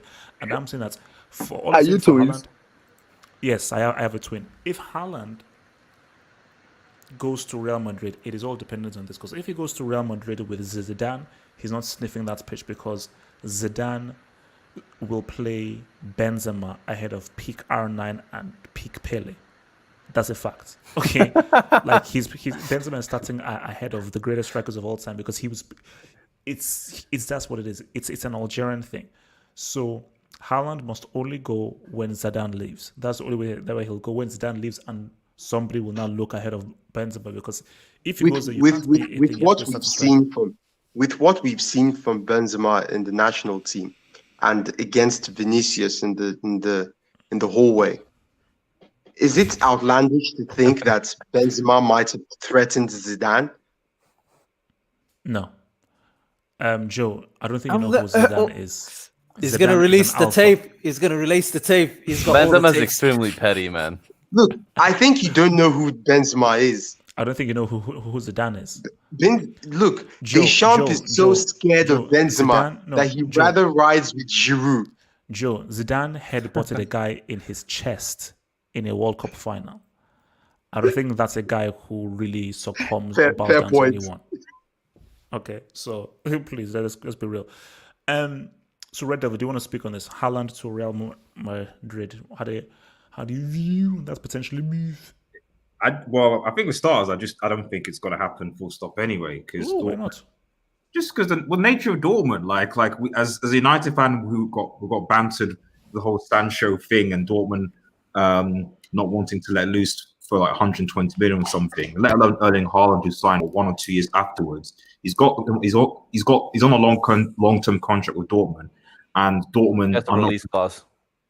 What's the release clause? It's 75 mil. And also, you're comparing our managerial closing deals, skills compared to Man U's. We close deals.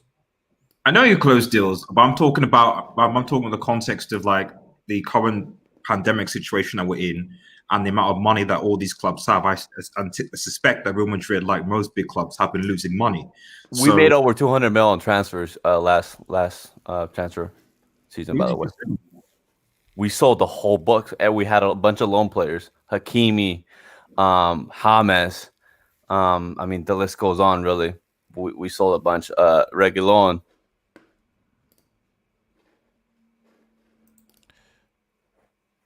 Red Devil? Oh, Jesus, I think Red Devil has disappeared. Sorry, guys, I'm here, man. Sorry, go for it. Mike, sorry, no. Like, no, fair enough. If you've got 200 million pounds like in the bank moving around, then by all means, obviously, you can get Erling Haaland 75 million release clause. My impression was that like his release clause was slightly higher, and that Dortmund would have struggled to keep a hold of him. But if Real Madrid have 200 million pounds and get Haaland, then by all means get for him. Even though I still think that Harry Kane is a better player to get than Erling Haaland, in my opinion, just because I think that at least with Kane, you are going to get an already established, proven goal scorer. And I'm not saying that Erling Haaland is going to do well at Real Madrid. But I don't know. I just think that I just feel with Real Madrid, it's always a danger for me to sell potential players. I think that you at least need someone that's a proven. Okay, get Hazard a flop. We know that Hazard's a flop. Worse than Daniel James.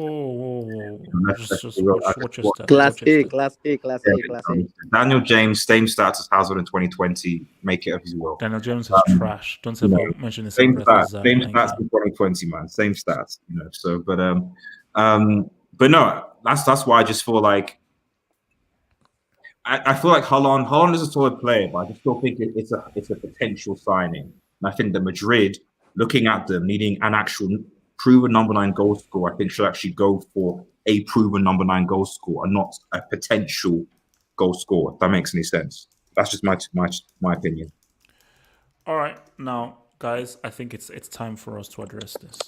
Can I talk about Haaland to Madrid? Are we not going to talk about Hazard? No, we're not. Oh, I would like it very quickly. Talk about it. okay. I think since what Madrid fans are saying that they need a pure goal scorer, not like an inside forward. I think Haaland will suit more to what they want. But my worry with Haaland is, can he work on that in the center? Because we know Zidane very well. He's a selective manager. Like, he does more with a French player than non-French player.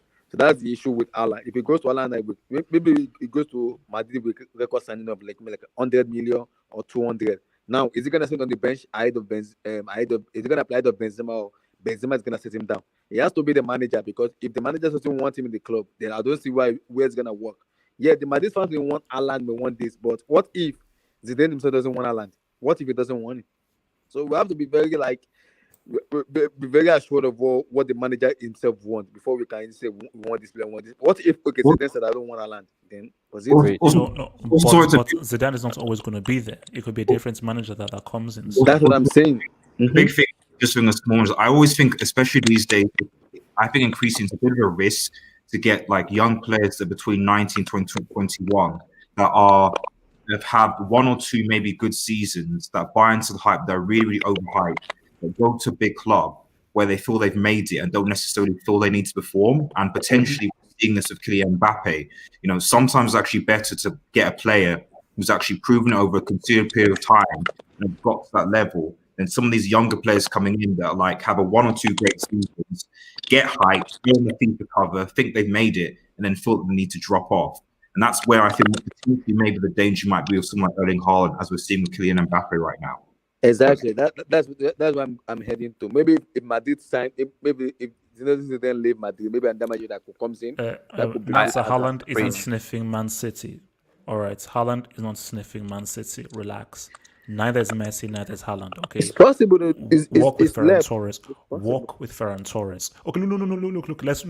Let's move. It's time for us to move. So, guys, it's time for us to address this, man. Hazard? No. Oh, yeah. Hazard. We'll talk about Hazard now. We'll talk about Hazard now for sure. Thank you for reminding me. LSG.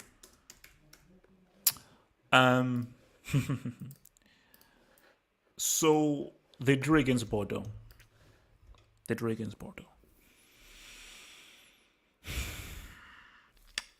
Cassius said something that hurt me really deeply. As you well know, I have no emotions. I'm like the T800. I don't believe in emotions. I can't remember last time that I cried because I have no emotions.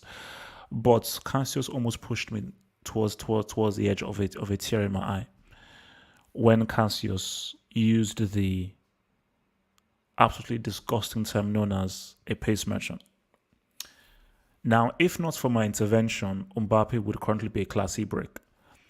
I used my executive order and I threatened legal action and I reached a compromise for him to be under review. The fact that he's even under review, I think, is disgusting, but it is what it is. It's my battle with those losers known as the Brick Academy.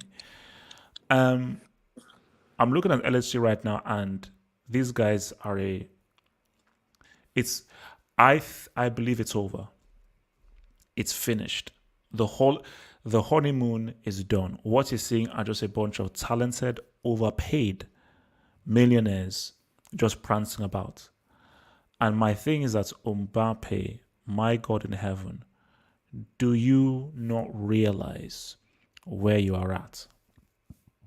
Do you not realize that you are destroying your career?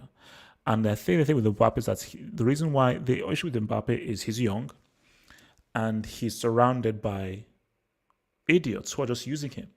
And he's surrounded by people who are like, no, worry about your brand. PSG is a great brand. Jordan, Neymar, it's Paris, stay here, and so forth. So Mbappe is not looking at the footballing aspects, and he feels, hey man, I'm with Neymar. We're really cool. We're really hip. We're like the kind of very kind of trendy PSG dudes. This is where I'm at, and he's not he loves his mother. Yeah, and also you're not realizing that you're declining. You are declining. But for me, to a larger extent, this PSG project that's began with Blanc and Ibrahimovic, the final, that was the zenith.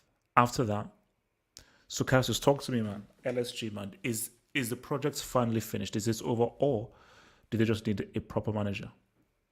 First of all, I just want to clear things up. I did not call Kylian Mbappe a pace merchant. Yes, you I did. asked no. I asked were you. No, no, insinuating. no. You were I asked you what a insinuating it. pace merchant was, Yes. and what you said. A player who relies on the speed and doesn't really use skill. I said that with the fullbacks who are mostly wingers in Liga, who leave a lot of space behind. That's Mbappe has done a lot of kicking and running this season. And I said I acknowledge that Mbappe has skill, but in Liga sometimes he doesn't have to use it, and he's creating a tendency to kick and run, which is just using pace and not using skill. I just wanted to clear that up. Mbappe can dribble. K Iska 91, you bastard. Continue, Cassius. I couldn't even hear what you said. PSG. Wow. I think you just have to look at their transfer business. I mean, their signings this season: Icardi, Rafinha, Florenzi, Danilo Pereira. All of these 4 players. There might be some, and Moise Kean. These 5 players that I just mentioned.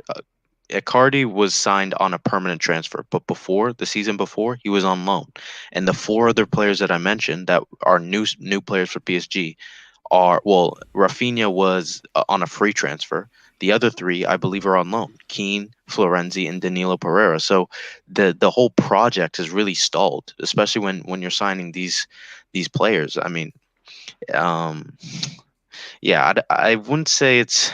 I expected a lot more from PSG this season. I expected them to push on because I feel like they really turned a corner at the end of last season But don't you think that them reaching the final, that just seemed to be like the very end of this cycle, or perhaps the Tuchel cycle, and they needed a refresh? With hindsight, it seems like it because, I expected a lot more from PSG this season, but they've been awful. Their collective play doesn't exist. It doesn't help when you have Di Maria suspended for spitting on people, and Neymar getting red cards, and Paredes getting a yellow card every time he touches the field, and Verratti getting injured, and Thiago Silva leaving, Cavani leaving. It doesn't help. But I mean, if you just look at the squad they have: Thilo Kehrer, Mitchell Bakker. I keep getting on this guy. Mitchell Bakker is their left back. Abdou Diallo. These guys aren't good enough for. I don't think these guys should be playing Champions League, let alone for a team that's aspiring to win the Champions League. So yeah, I think with hindsight, you could say that yes, maybe they needed to change, and maybe that the final against Bayern Munich really was the peak of the mountain. But I don't know. I expected a lot more from PSG, but it just seems they've completely imploded. Jamal, talk to me. Yeah, man. I mean, this is very sad to see. It's sad to see that this was the prodigy. He was supposed to be the next best player in the world after Messi and Ronaldo, and PSG have turned him into a kick and run merchant. I mean, this is very bad. From being a prodigy to a kick and run merchant, that is bad. But I like the point you said earlier, HH. Watch the guys who is around. Guys who have finished the career and they love to party, like Verratti. Verratti, he loves a little drink, he loves to smoke. Neymar is a problem of himself. Icardi and his wives who cheats and have affairs with people. I mean, PSG, I don't know, man. The characters at PSG are just not professional, and that's the thing. They are very unprofessional, all of them. I mean, Di Maria spitting, they are very unprofessional. So a young player in that environment, obviously, is starting to become one of them, and that is very bad. And I feel the biggest problem is the manager. This guy just lets this go on. I mean, if he says anything, like, why you don't talk, bro? This Tuchel. He has no power, man. He's a beater. He's not an alpha. He has no power. He just lets. Because I stopped taking PSG serious until last week when I see Neymar trying to do a rainbow flick in his own half. I mean, come on, that tells you all what you need to know about this club. They are unprofessional and they don't have no leader. Thiago Silva was a very crucial part in him leaving. This team Yes. is they're very unprofessional. That's all I'll say. So, The talent is there, but they're unprofessional. but how crucial or how detrimental do you think that Thiago Silva leaving was? Do you think that Thiago Silva would have been able to sort of been much more of a, because that's a very key point I didn't look at. Yeah. Do you think Thiago Silva, him being removed from the dressing room, things have just sort of imploded? Yeah, I mean, he was never going to win the CL, but they will be on top of Liga right now. Cruising, like they always do with Thiago, because he's a leader. And that PSG team lack leaders. They're just very unprofessional fellas who are horny in that team. So, yeah. So, Thiago Silva was a big miss, and yeah. I think the project is over. All right. What's it called? Abdullahi, man, talk to me. LSG. I don't know where to start from LSG. I don't know where to start from, man. Like that project is like from the beginning of that project to the end. It's just like it's failure upon failure upon failure upon failure. From Neymar to Di Maria to your boy. I don't know what. I understand he has won the World Cup. I completely understand. But like where you define pace match and just pace, boom, kick and ball. It's like a monkey post when we play in Africa. Give me that 5-a-side football. We play in Africa. Wrong, and boom, inside the net. That's it. That's how Kylian Mbappe is. He has skills.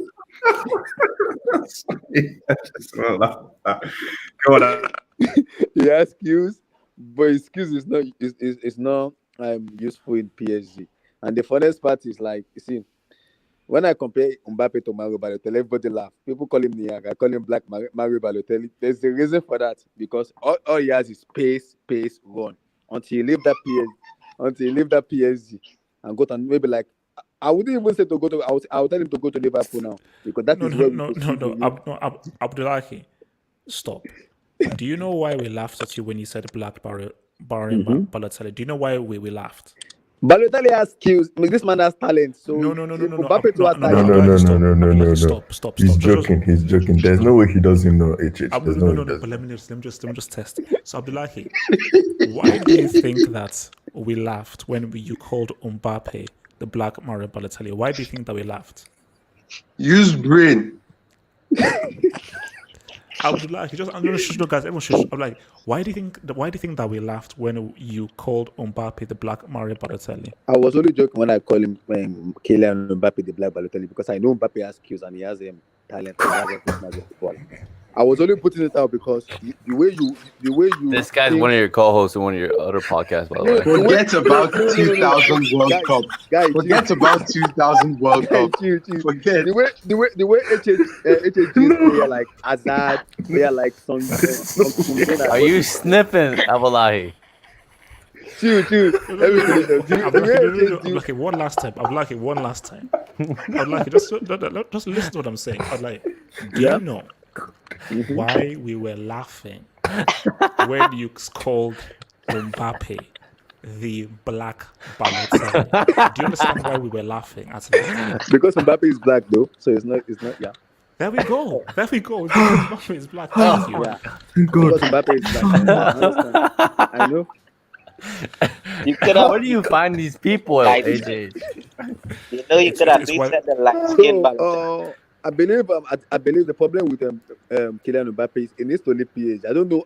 This is the issue here. Is it about money that is the problem, or what's going on with Kylian Mbappe himself? Because if it's all about money, Paris has money. Paris is like a big city full of money, full of endorsement, full of party and everything. I don't know what's going on, because Neymar has been injured for how many years now before it could be relevant in Champions League.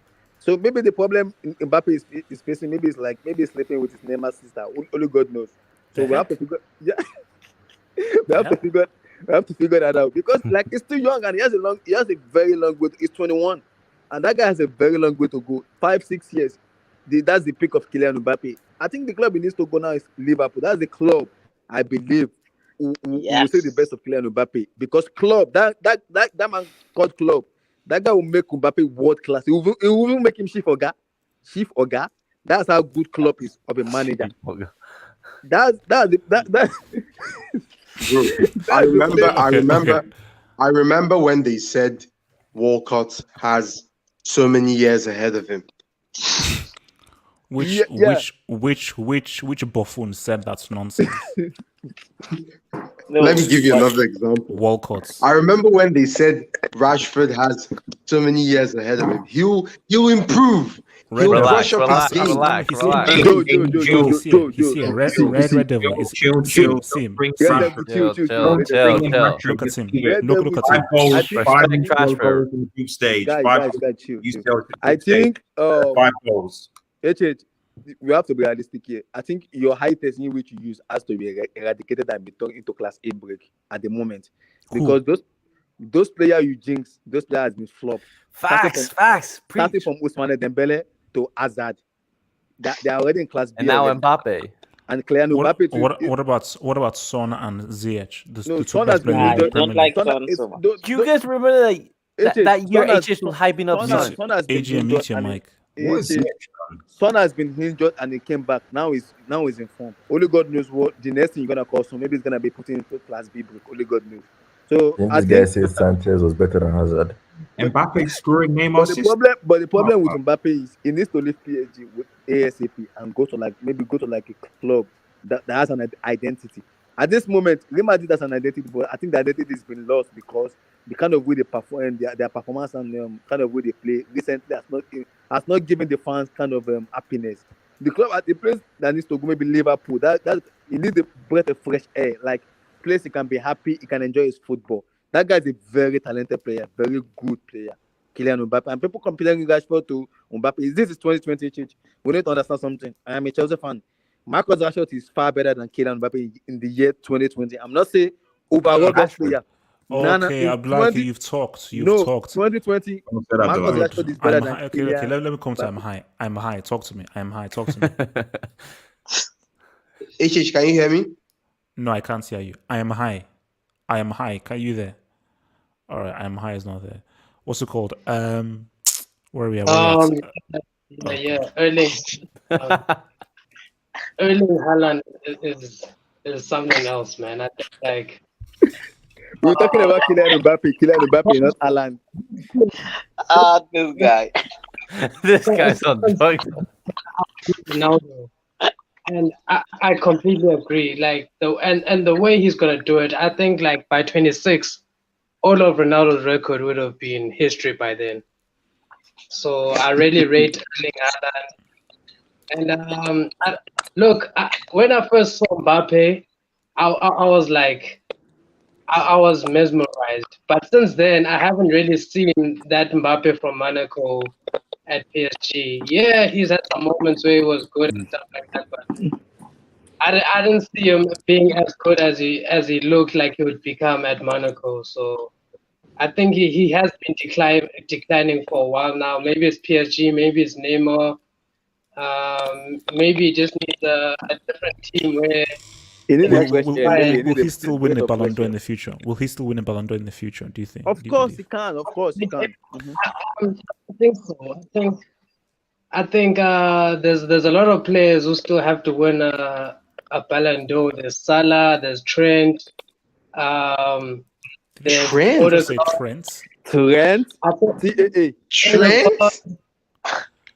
Look, man, we're gonna have to start vetting people before they come to this hangout. Man. Like, this is ridiculous. Now.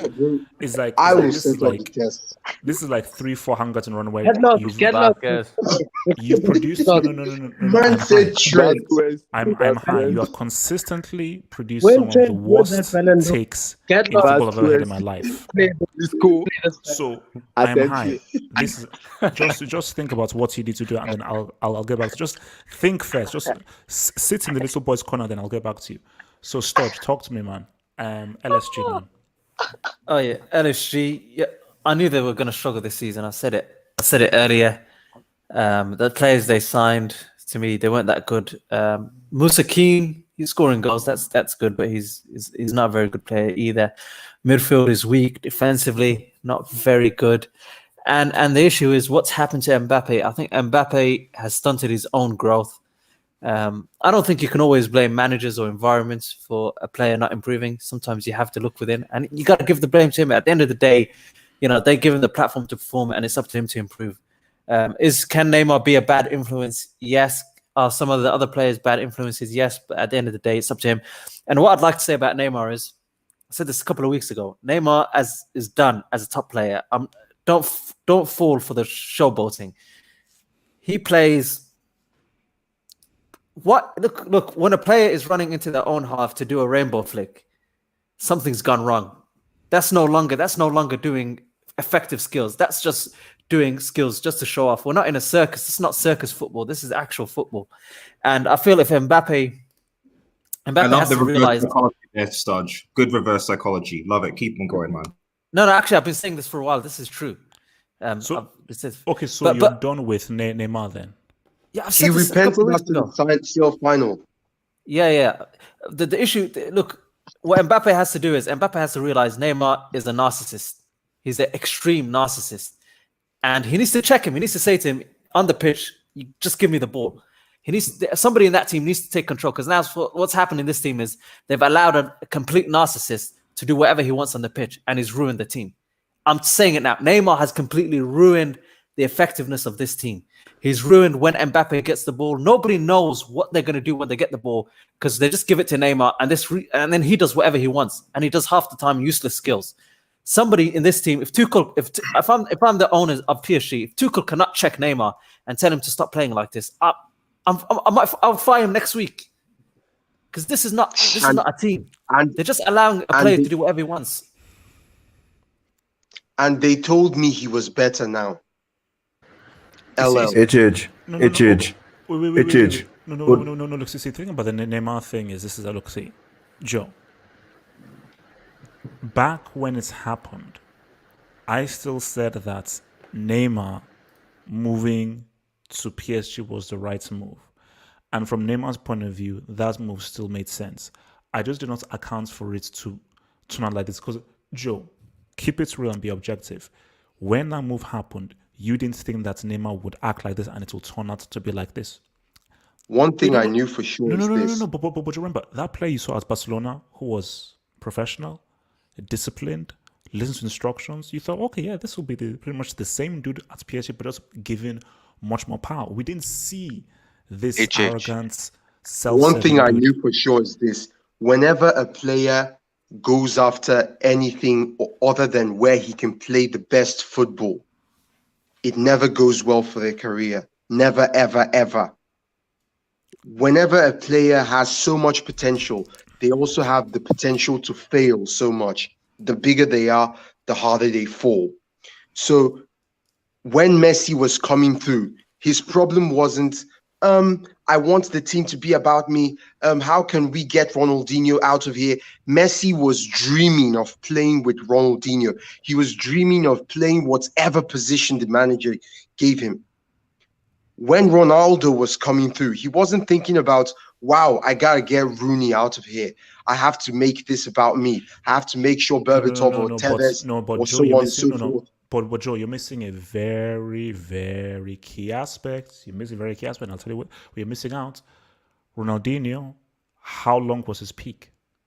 3 years. Wasn't that long. You're missing the point. Messi was still playing at the very highest level. 15, 16, 17. So Neymar was like, bro, because Messi could see that, Dino, this guy is already on his way out of here and is already on the decline. So I will definitely be given much more control over here. Do you think Messi in 2007 was thinking about how long Ronaldinho will play and when the team will be given to him? He didn't care about that. HH, you bring another good point as well. Wait. No, Joe, also as well, you're missing the fact that Messi is like Totti, like Gerrard, like Maldini. All he's doing is Barcelona. Neymar came from Santos, then going to Barcelona, then who knows, he may have gone. See, so a guy who is fully embedded into all aspects of the club is thinking about it differently. And also, Joe, let's keep it real. The world has changed. Football players have changed. And with social media and how social media is now sort of coalescing with players right now, you have to accept that we're living in a different world. So, but you see, you have to take your minds back to 16, 17 when this move happened. Back then, we're insulting PSG and and sort of. But the Neymar we saw of Barcelona, our thing was, my gosh, imagine this Neymar at Barcelona. You take him, pluck him out, and put him at PSG, surrounded with quality players. My gosh, that's going to be amazing. We didn't account for Neymar's character just totally changing to what we see now at PSG. We didn't see that. No, HH. His last season at Barca, he was not the same player. He was more of the Mbappe that we're seeing now. He definitely changed. Between 2014 and 2016, he perfectly fitted into the system. His last season at Barca, he was more of an individual and closer to what we're seeing with PSG than what he was in his first couple years at Barca. Neymar's last season with elite finishing was 15-16. Neymar was terrible in front of goal in his final season for Barcelona. Horrible. And that's what we're seeing right now. Wasn't the final season where he took PSG out? That was his one moment, but he missed several moments of the season where in the league. And I'm being serious. His last season, he was more he wanted to be an individual. That's why he left in the end. It wasn't just as soon as he stepped in Paris. It was before. He already had the feeling of wanting to be the number one in his last season at Barca. Is that such a bad thing, though? That's it. Oh wait, let's listen. So for Martin Rosero said the irony of HH saying Ham has bad takes. First of all, Martin Rosario, you're talking to the GOAT analyst, HH, so address me as such. Second of all, Ham has one of the worst takes in football that I've ever had in my entire life. So, Martin, respect your boy. Gatlock, talk to me. First of all, I want to praise Bayern Munich. And can you change this avatar, please? Thank you. Can you change this avatar? It's promoting false. Change this avatar. Thank you very much. It actually fits this Hangout. Come on. Look at the confusion of that person's face. Talk, my friend, talk. Anyway, I just want to shout out Bayern Munich for doing this for that Champions League final, because that Champions League final really, it was like entering a new era for Sturridge. Because for him to be like this, and him and Jamal, after saying this. Prediction. Yeah, I see PSG winning this just only because of Neymar. I see Neymar having one of the greatest performances, top two performances of Champions League history, in my opinion. What? That's what I mean. Honestly, that's what I believe. I believe that Neymar is going to show why he's the best player, and he's going to prove that he hasn't made a mistake by joining PSG. Yeah, top two Champions League performances of all time. If they're going to win, they're going to need that. 2011. Gatlock, if you can someone please clip what Stosh just said, please. Scoreline, Stosh, I need the scoreline. All right, 3-2. Neymar to score 2 goals and get an assist, and the other goal from Di Maria. So this is in 90 minutes. In 90 minutes, you're going to see the greatest Champions League performance of all time. Remember that, and for all you Barca haters that have been saying Neymar should regret his move, that he's made a mistake, fuck you and fuck Messi.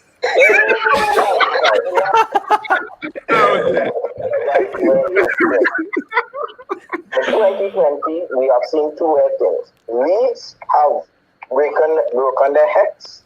Liverpool has broken their heads. And I think PSG are going to broken their hex and all too. And I think it's going to be 3-2, Neymar hat-trick.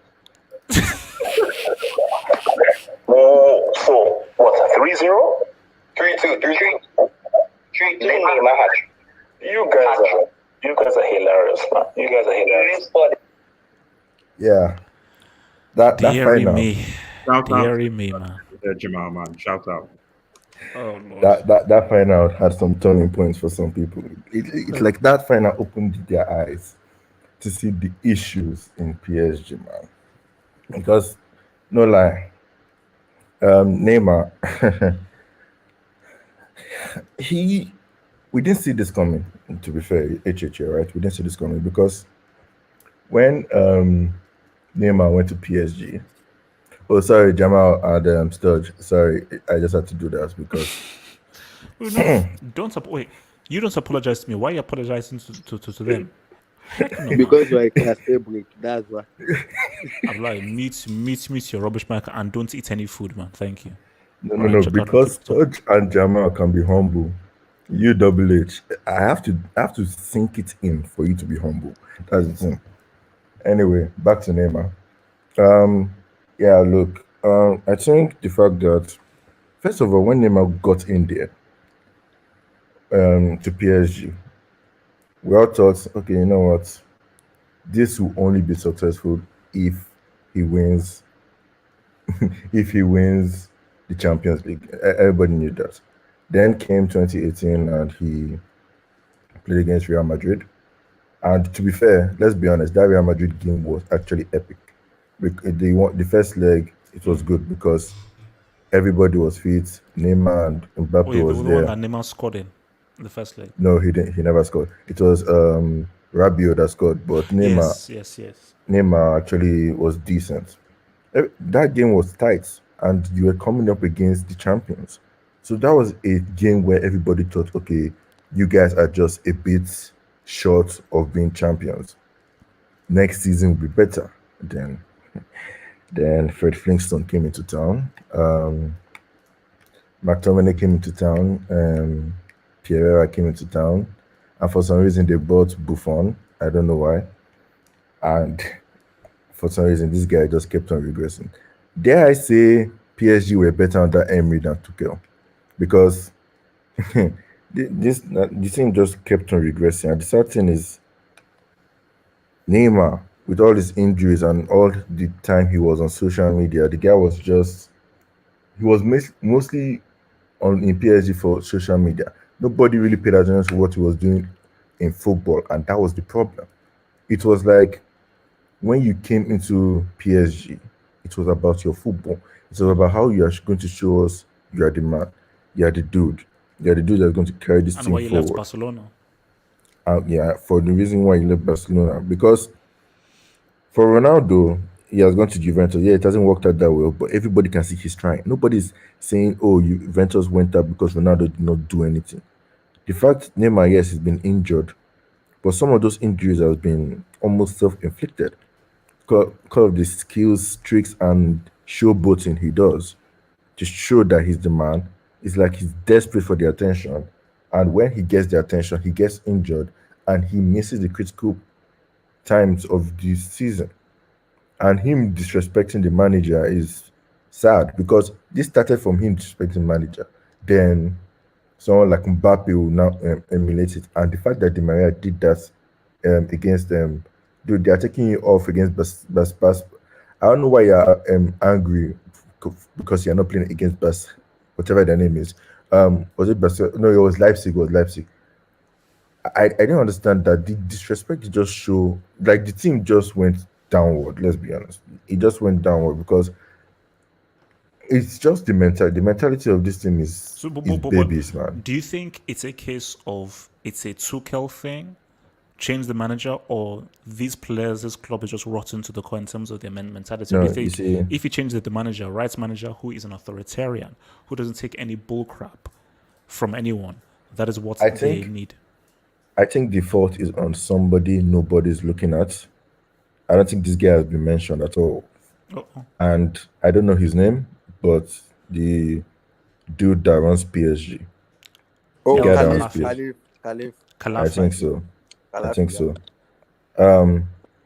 That dude that bought Neymar, first of all, he went to go and pay the release clause, which nobody thought would do.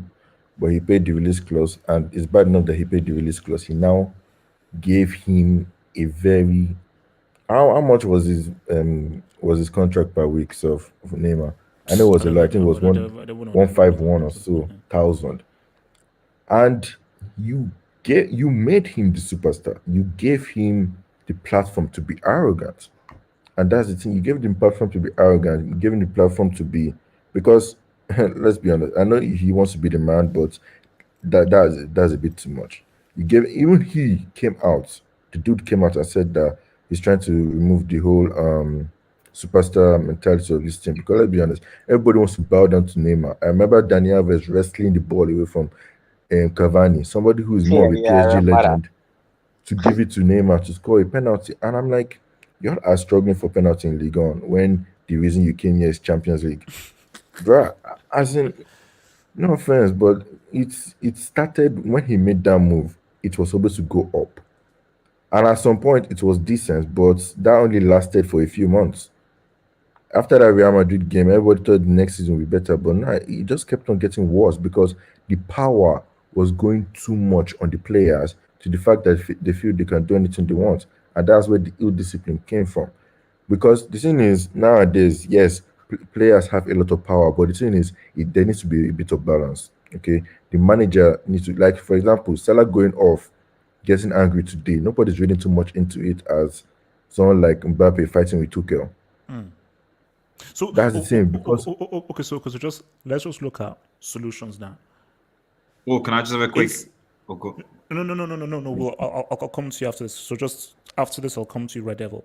So just to round off, Gatlock, is the project finished? Is it over? If it isn't over, what is now the solution to get this team what it is they need, which is the reason why they even constructed it in the first place. So either they're over, if they're not over, what do they need to do to win the Champions League? I don't think the project is only over if they give Neymar a new contract. Not because he's shit, but for personal reasons, I think they need to get rid of Neymar. I just feel they need to get rid of that superpower mentality of the superstar mentality where it's like, okay, this is your team. Because PSG, for example, now we talk about teams having easy leagues like France, Germany, Netherlands. But guess what? Ajax got to the semi-final playing like a team. Bayern won the Champions League playing like a team. If you're a team that dominates a league, you need a team ethos. You need teamwork to actually survive the Champions League. To get rid of Neymar and create a stronger team ethos. Yeah, get rid of Neymar, get rid of the individuals, and you need a team ethos to get into that Champions League. So before I come to let me just hit this before I come to Red Devil. From Natsa says that list of players that the GOAT jinxed with his eye test. Pace Mbappe, Injur Dembele, Fatzad, Jogba, Flickma, Fatrati. There's more, but I can't be asked. Now, let me just take this through. Pace Mbappe has a World Cup and has got in a World Cup final. Injur Dembele is still the best two-footed player in the world. Fatzad was voted best player at a World Cup. Jogba has scored in a World Cup final and has a World Cup. Flickma, fine, you can have him. But he was the main instigator in the greatest comeback in Champions League history. And Fatrati was voted best midfielder of his generation based on the eye test. Red Devil, talk to me. LSG. Well, it's going to be the upcoming Champions League game, isn't it? United versus PSG at Old Trafford. There we go. It's whatever it is, isn't it? It is, isn't it? It is. That is going to be the game, and I don't know what's going to. White voice, don't jinx it, man. Don't jinx it. I'm not going to jinx it. I'm not going to jinx it. But fundamentally, if PSG lose this game, they're probably going to be going to the Europa League. Tuchel's going to be sacked, and the whole project is going to be over. So I'm referring back to obviously the Bordeaux game. The only reason I think that maybe they drew is possibly those guys are thinking about the Champions League game. That's maybe why I give these guys an out. They didn't go for it because fundamentally they didn't want to get injured. They wanted to focus on getting through beating United at Old Trafford. That's got to be it. But if they come to Old Trafford and they get spanked, as far as I'm concerned, Tuchel will be sacked and the PSG, whatever it is that they're making, is over. It's really as simple as that. So when we're talking about solutions, I don't really know what solutions there are. If you're going to be listening to, the Europa League anthem, if Abdullah is going to play it, for the remainder of the year, what solution is that? Hey, we won a Europa League or something. So is it over? Is this whole dream that was started with Blanc and Ibrahim, is it over? If they lose to United on Tuesday, yes. If they don't and they get through the Champions League, then I don't necessarily think so, because I think I'm just getting the impression that as far as the PSG owners are concerned, they're just happy with regular Champions League football for this moment in time. But I just think that if they don't get out of this group and they go into the Europa League, it's just the ramifications of that You've obviously got Tuchel sacked. Then even just what manager would even want to come into this sort of toxic environment? Because we just making the assumption, oh yeah, Pochettino will go there, etc., go there. But I'm getting the impression of PSG almost creating a reputation for themselves, where no one wants to really play in the French league. It's not that competitive. Make a name for yourself. Players are unruly. The board side of the players. So you really just stopgap measure. So can PSG, if Tuchel go, even actually, and especially if they end up dropping Europa, actually attract a high quality top manager to actually take them forward? I don't think so. So and there's a problem. And then obviously Neymar and Mbappe, their contracts are due to expire. Mbappe's is 2022. Neymar's is soon. Are they going to sign new contracts? Don't think so. So like I said, I think for me, Tuesday is almost like is a very, very big game, because I think the ramifications of them losing that game are going to extend far beyond this season and what PSG are going to have in the future. So yeah. If PSG go to the Europa, do they cancel the Ballon d'Or again? Yes. Wait, so RDZ, I think it was super that PSG needs to let go of the Neymar Lannister project. Now, let me just speak on this then, because we'll round this off. I still say that Neymar made the right decision at the time. But, my God, the lack of professionalism from Neymar and how far he's fallen from that guy that was part of MSN to the guy that led the greatest comeback in Champions League history to now a player who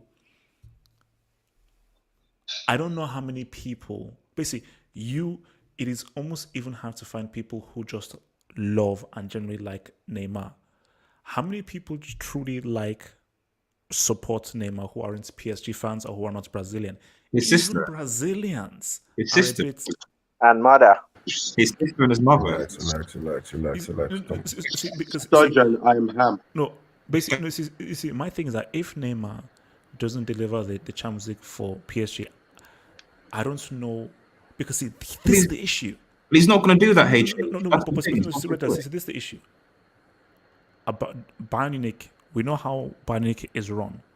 No way in heck do they want anything to do with Neymar. For Juve, we already have Cristiano. That's already a brand guy. Do you think Pep wants anything to do with a Neymar? And what's about? So my thing is that Neymar, you're so far gone into your own kind of Napoleonic kind of power trip. I don't know how maybe he can, but I don't know how he does a 180 to now you now have to be a professional player. For the past 2-3 years, you've not been a professional player. You've been a prima donna who just exists within this team. And see, this is the thing. What if PSG won that Champions League and Neymar actually scored the winning goal? But can I say something? Go for it, Jamal. Yeah, I just want to say, guys, are we still forgetting that when he wants to be, Neymar, talent-wise, is the best footballer in the world? That's all I'm saying. When he wants to be. When has he demonstrated that talent in the last 3 years? Yes, he haven't, but guys, I think you guys are going to overboard. No. Okay, in fairness to Jamal, that game against, I know it's Atalanta, but it's still a Champions League knockouts game. That game against Atalanta, you were seeing that what this guy could do. Let's be real. He just missed a whole bunch of chances, but we can see what that guy could do. The problem is that Neymar's finishing is no longer elite. He has proven that he has forgotten how to finish. Imagine Neymar and Mbappe and all of PSG going into a knockout game in 2021 and they draw Man United under Ole Gunnar. They will be going into that game as the underdogs. Excuse me? Just imagine. No. Neymar. If PSG draw Manchester United, they are underdogs going into that game. Don't at me. Wait, who? Last I checked, who knows the whereabouts of Just Bestin? Because someone on the live chat when was the last time we saw Just Bestin alive? That's a good question. Where is Just Bestin? Does anybody know if he's still beating? See, lost Leston. That guy super chatted the living crap out of me for months about Neymar. The moment that guy Double laid H. a I have no brick in the idea how final, many. basically, it's like Egg Boy Hero. These guys just disappear. Once their agendas go up in flames, see, at least I Juju, stand on man. my agenda. I'm still here. Once these agendas go to flame, you guys have the luxury of You have just no disappearing. choice. See, You're on the I channel. can't disappear when my agendas fail. Just personally, if you're out here, answer for your crimes. Please answer for your crimes if you're out here. Will Neymar ever win a World Cup? No. If he do, will his career be a success? If he win a World Cup, no champion. It depends how he does it. He already has a Champions League with MSN. It is what it is. It depends how if he is the best player and he clearly inspires and leads them to it, we will cross that bridge when we get there. We'll cross that bridge when we get there.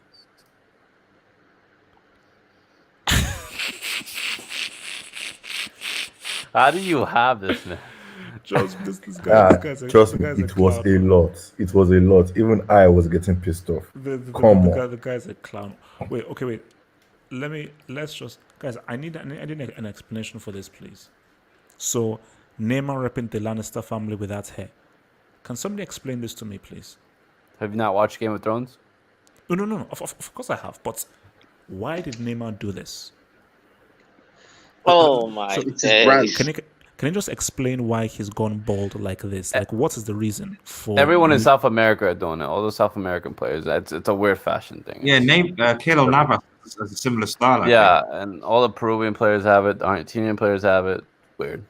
Like the guy looks Messi like a has mushroom. dyed his hair this color before. No, I don't think he has, but okay. I feel like Messi dyed it blonde. HH, can I talk about PSG? Go for it. So, you watch basketball, right, HH? Yeah, of course. I think these guys picked up the American kind of style of making teams. You get two good players, and they think they can run a football team like this. And then they back them up by bricks in the back. I mean, who are these guys? Paredes, Draxler was a failure. And I don't even know who their left back is. It's kind of weird management where they think by having two of the best players in football, they think they can run a good team and win trophies that matter. And I think that's what they did. I think they try to implement the basketball mentality of, okay, let's get LeBron James and AD and then just put some brick players around them. But in basketball, it works because there's only 5 people. In football, it doesn't because it's 11 people and it's a lot more complex. 1 or 2 players cannot make the kind of difference that 1 or 2 players can in basketball. And I think once PSG realize, and I don't think they ever will, you need to actually build a team from the top down. And what I mean from the top down, the top is the manager. You need the right manager, and that trickles down into giving the manager the right team. Guys, I think it's time for me to roll through. Before we roll out. Can we talk about Hazard? No, before we roll out. What are you guys saying? Relax. Tyson or Roy Jones Jr., what happens? Or do they both faint because of they're too old? Tyson against Roy Jones Jr. What are we saying? Tyson all the way. Bro, I just want to see a Tyson knockout, but I doubt I will. Oh my God! Shut up! Can everybody just shut the F up? Let me talk, and then I'll then get it. Just relax. Hazard is back, man. Hazard is back. Right, guys, on that note, remember to like, remember to subscribe, and we shall see you guys here on. No, I will see you after the match, Chelsea against Tottenham. Ben 10 is the greatest show ever. Chelsea Tottenham, and then we'll see you Sunday. Joseph, you mute your black class mic, man. Peace out, stay true, still, and I'm out.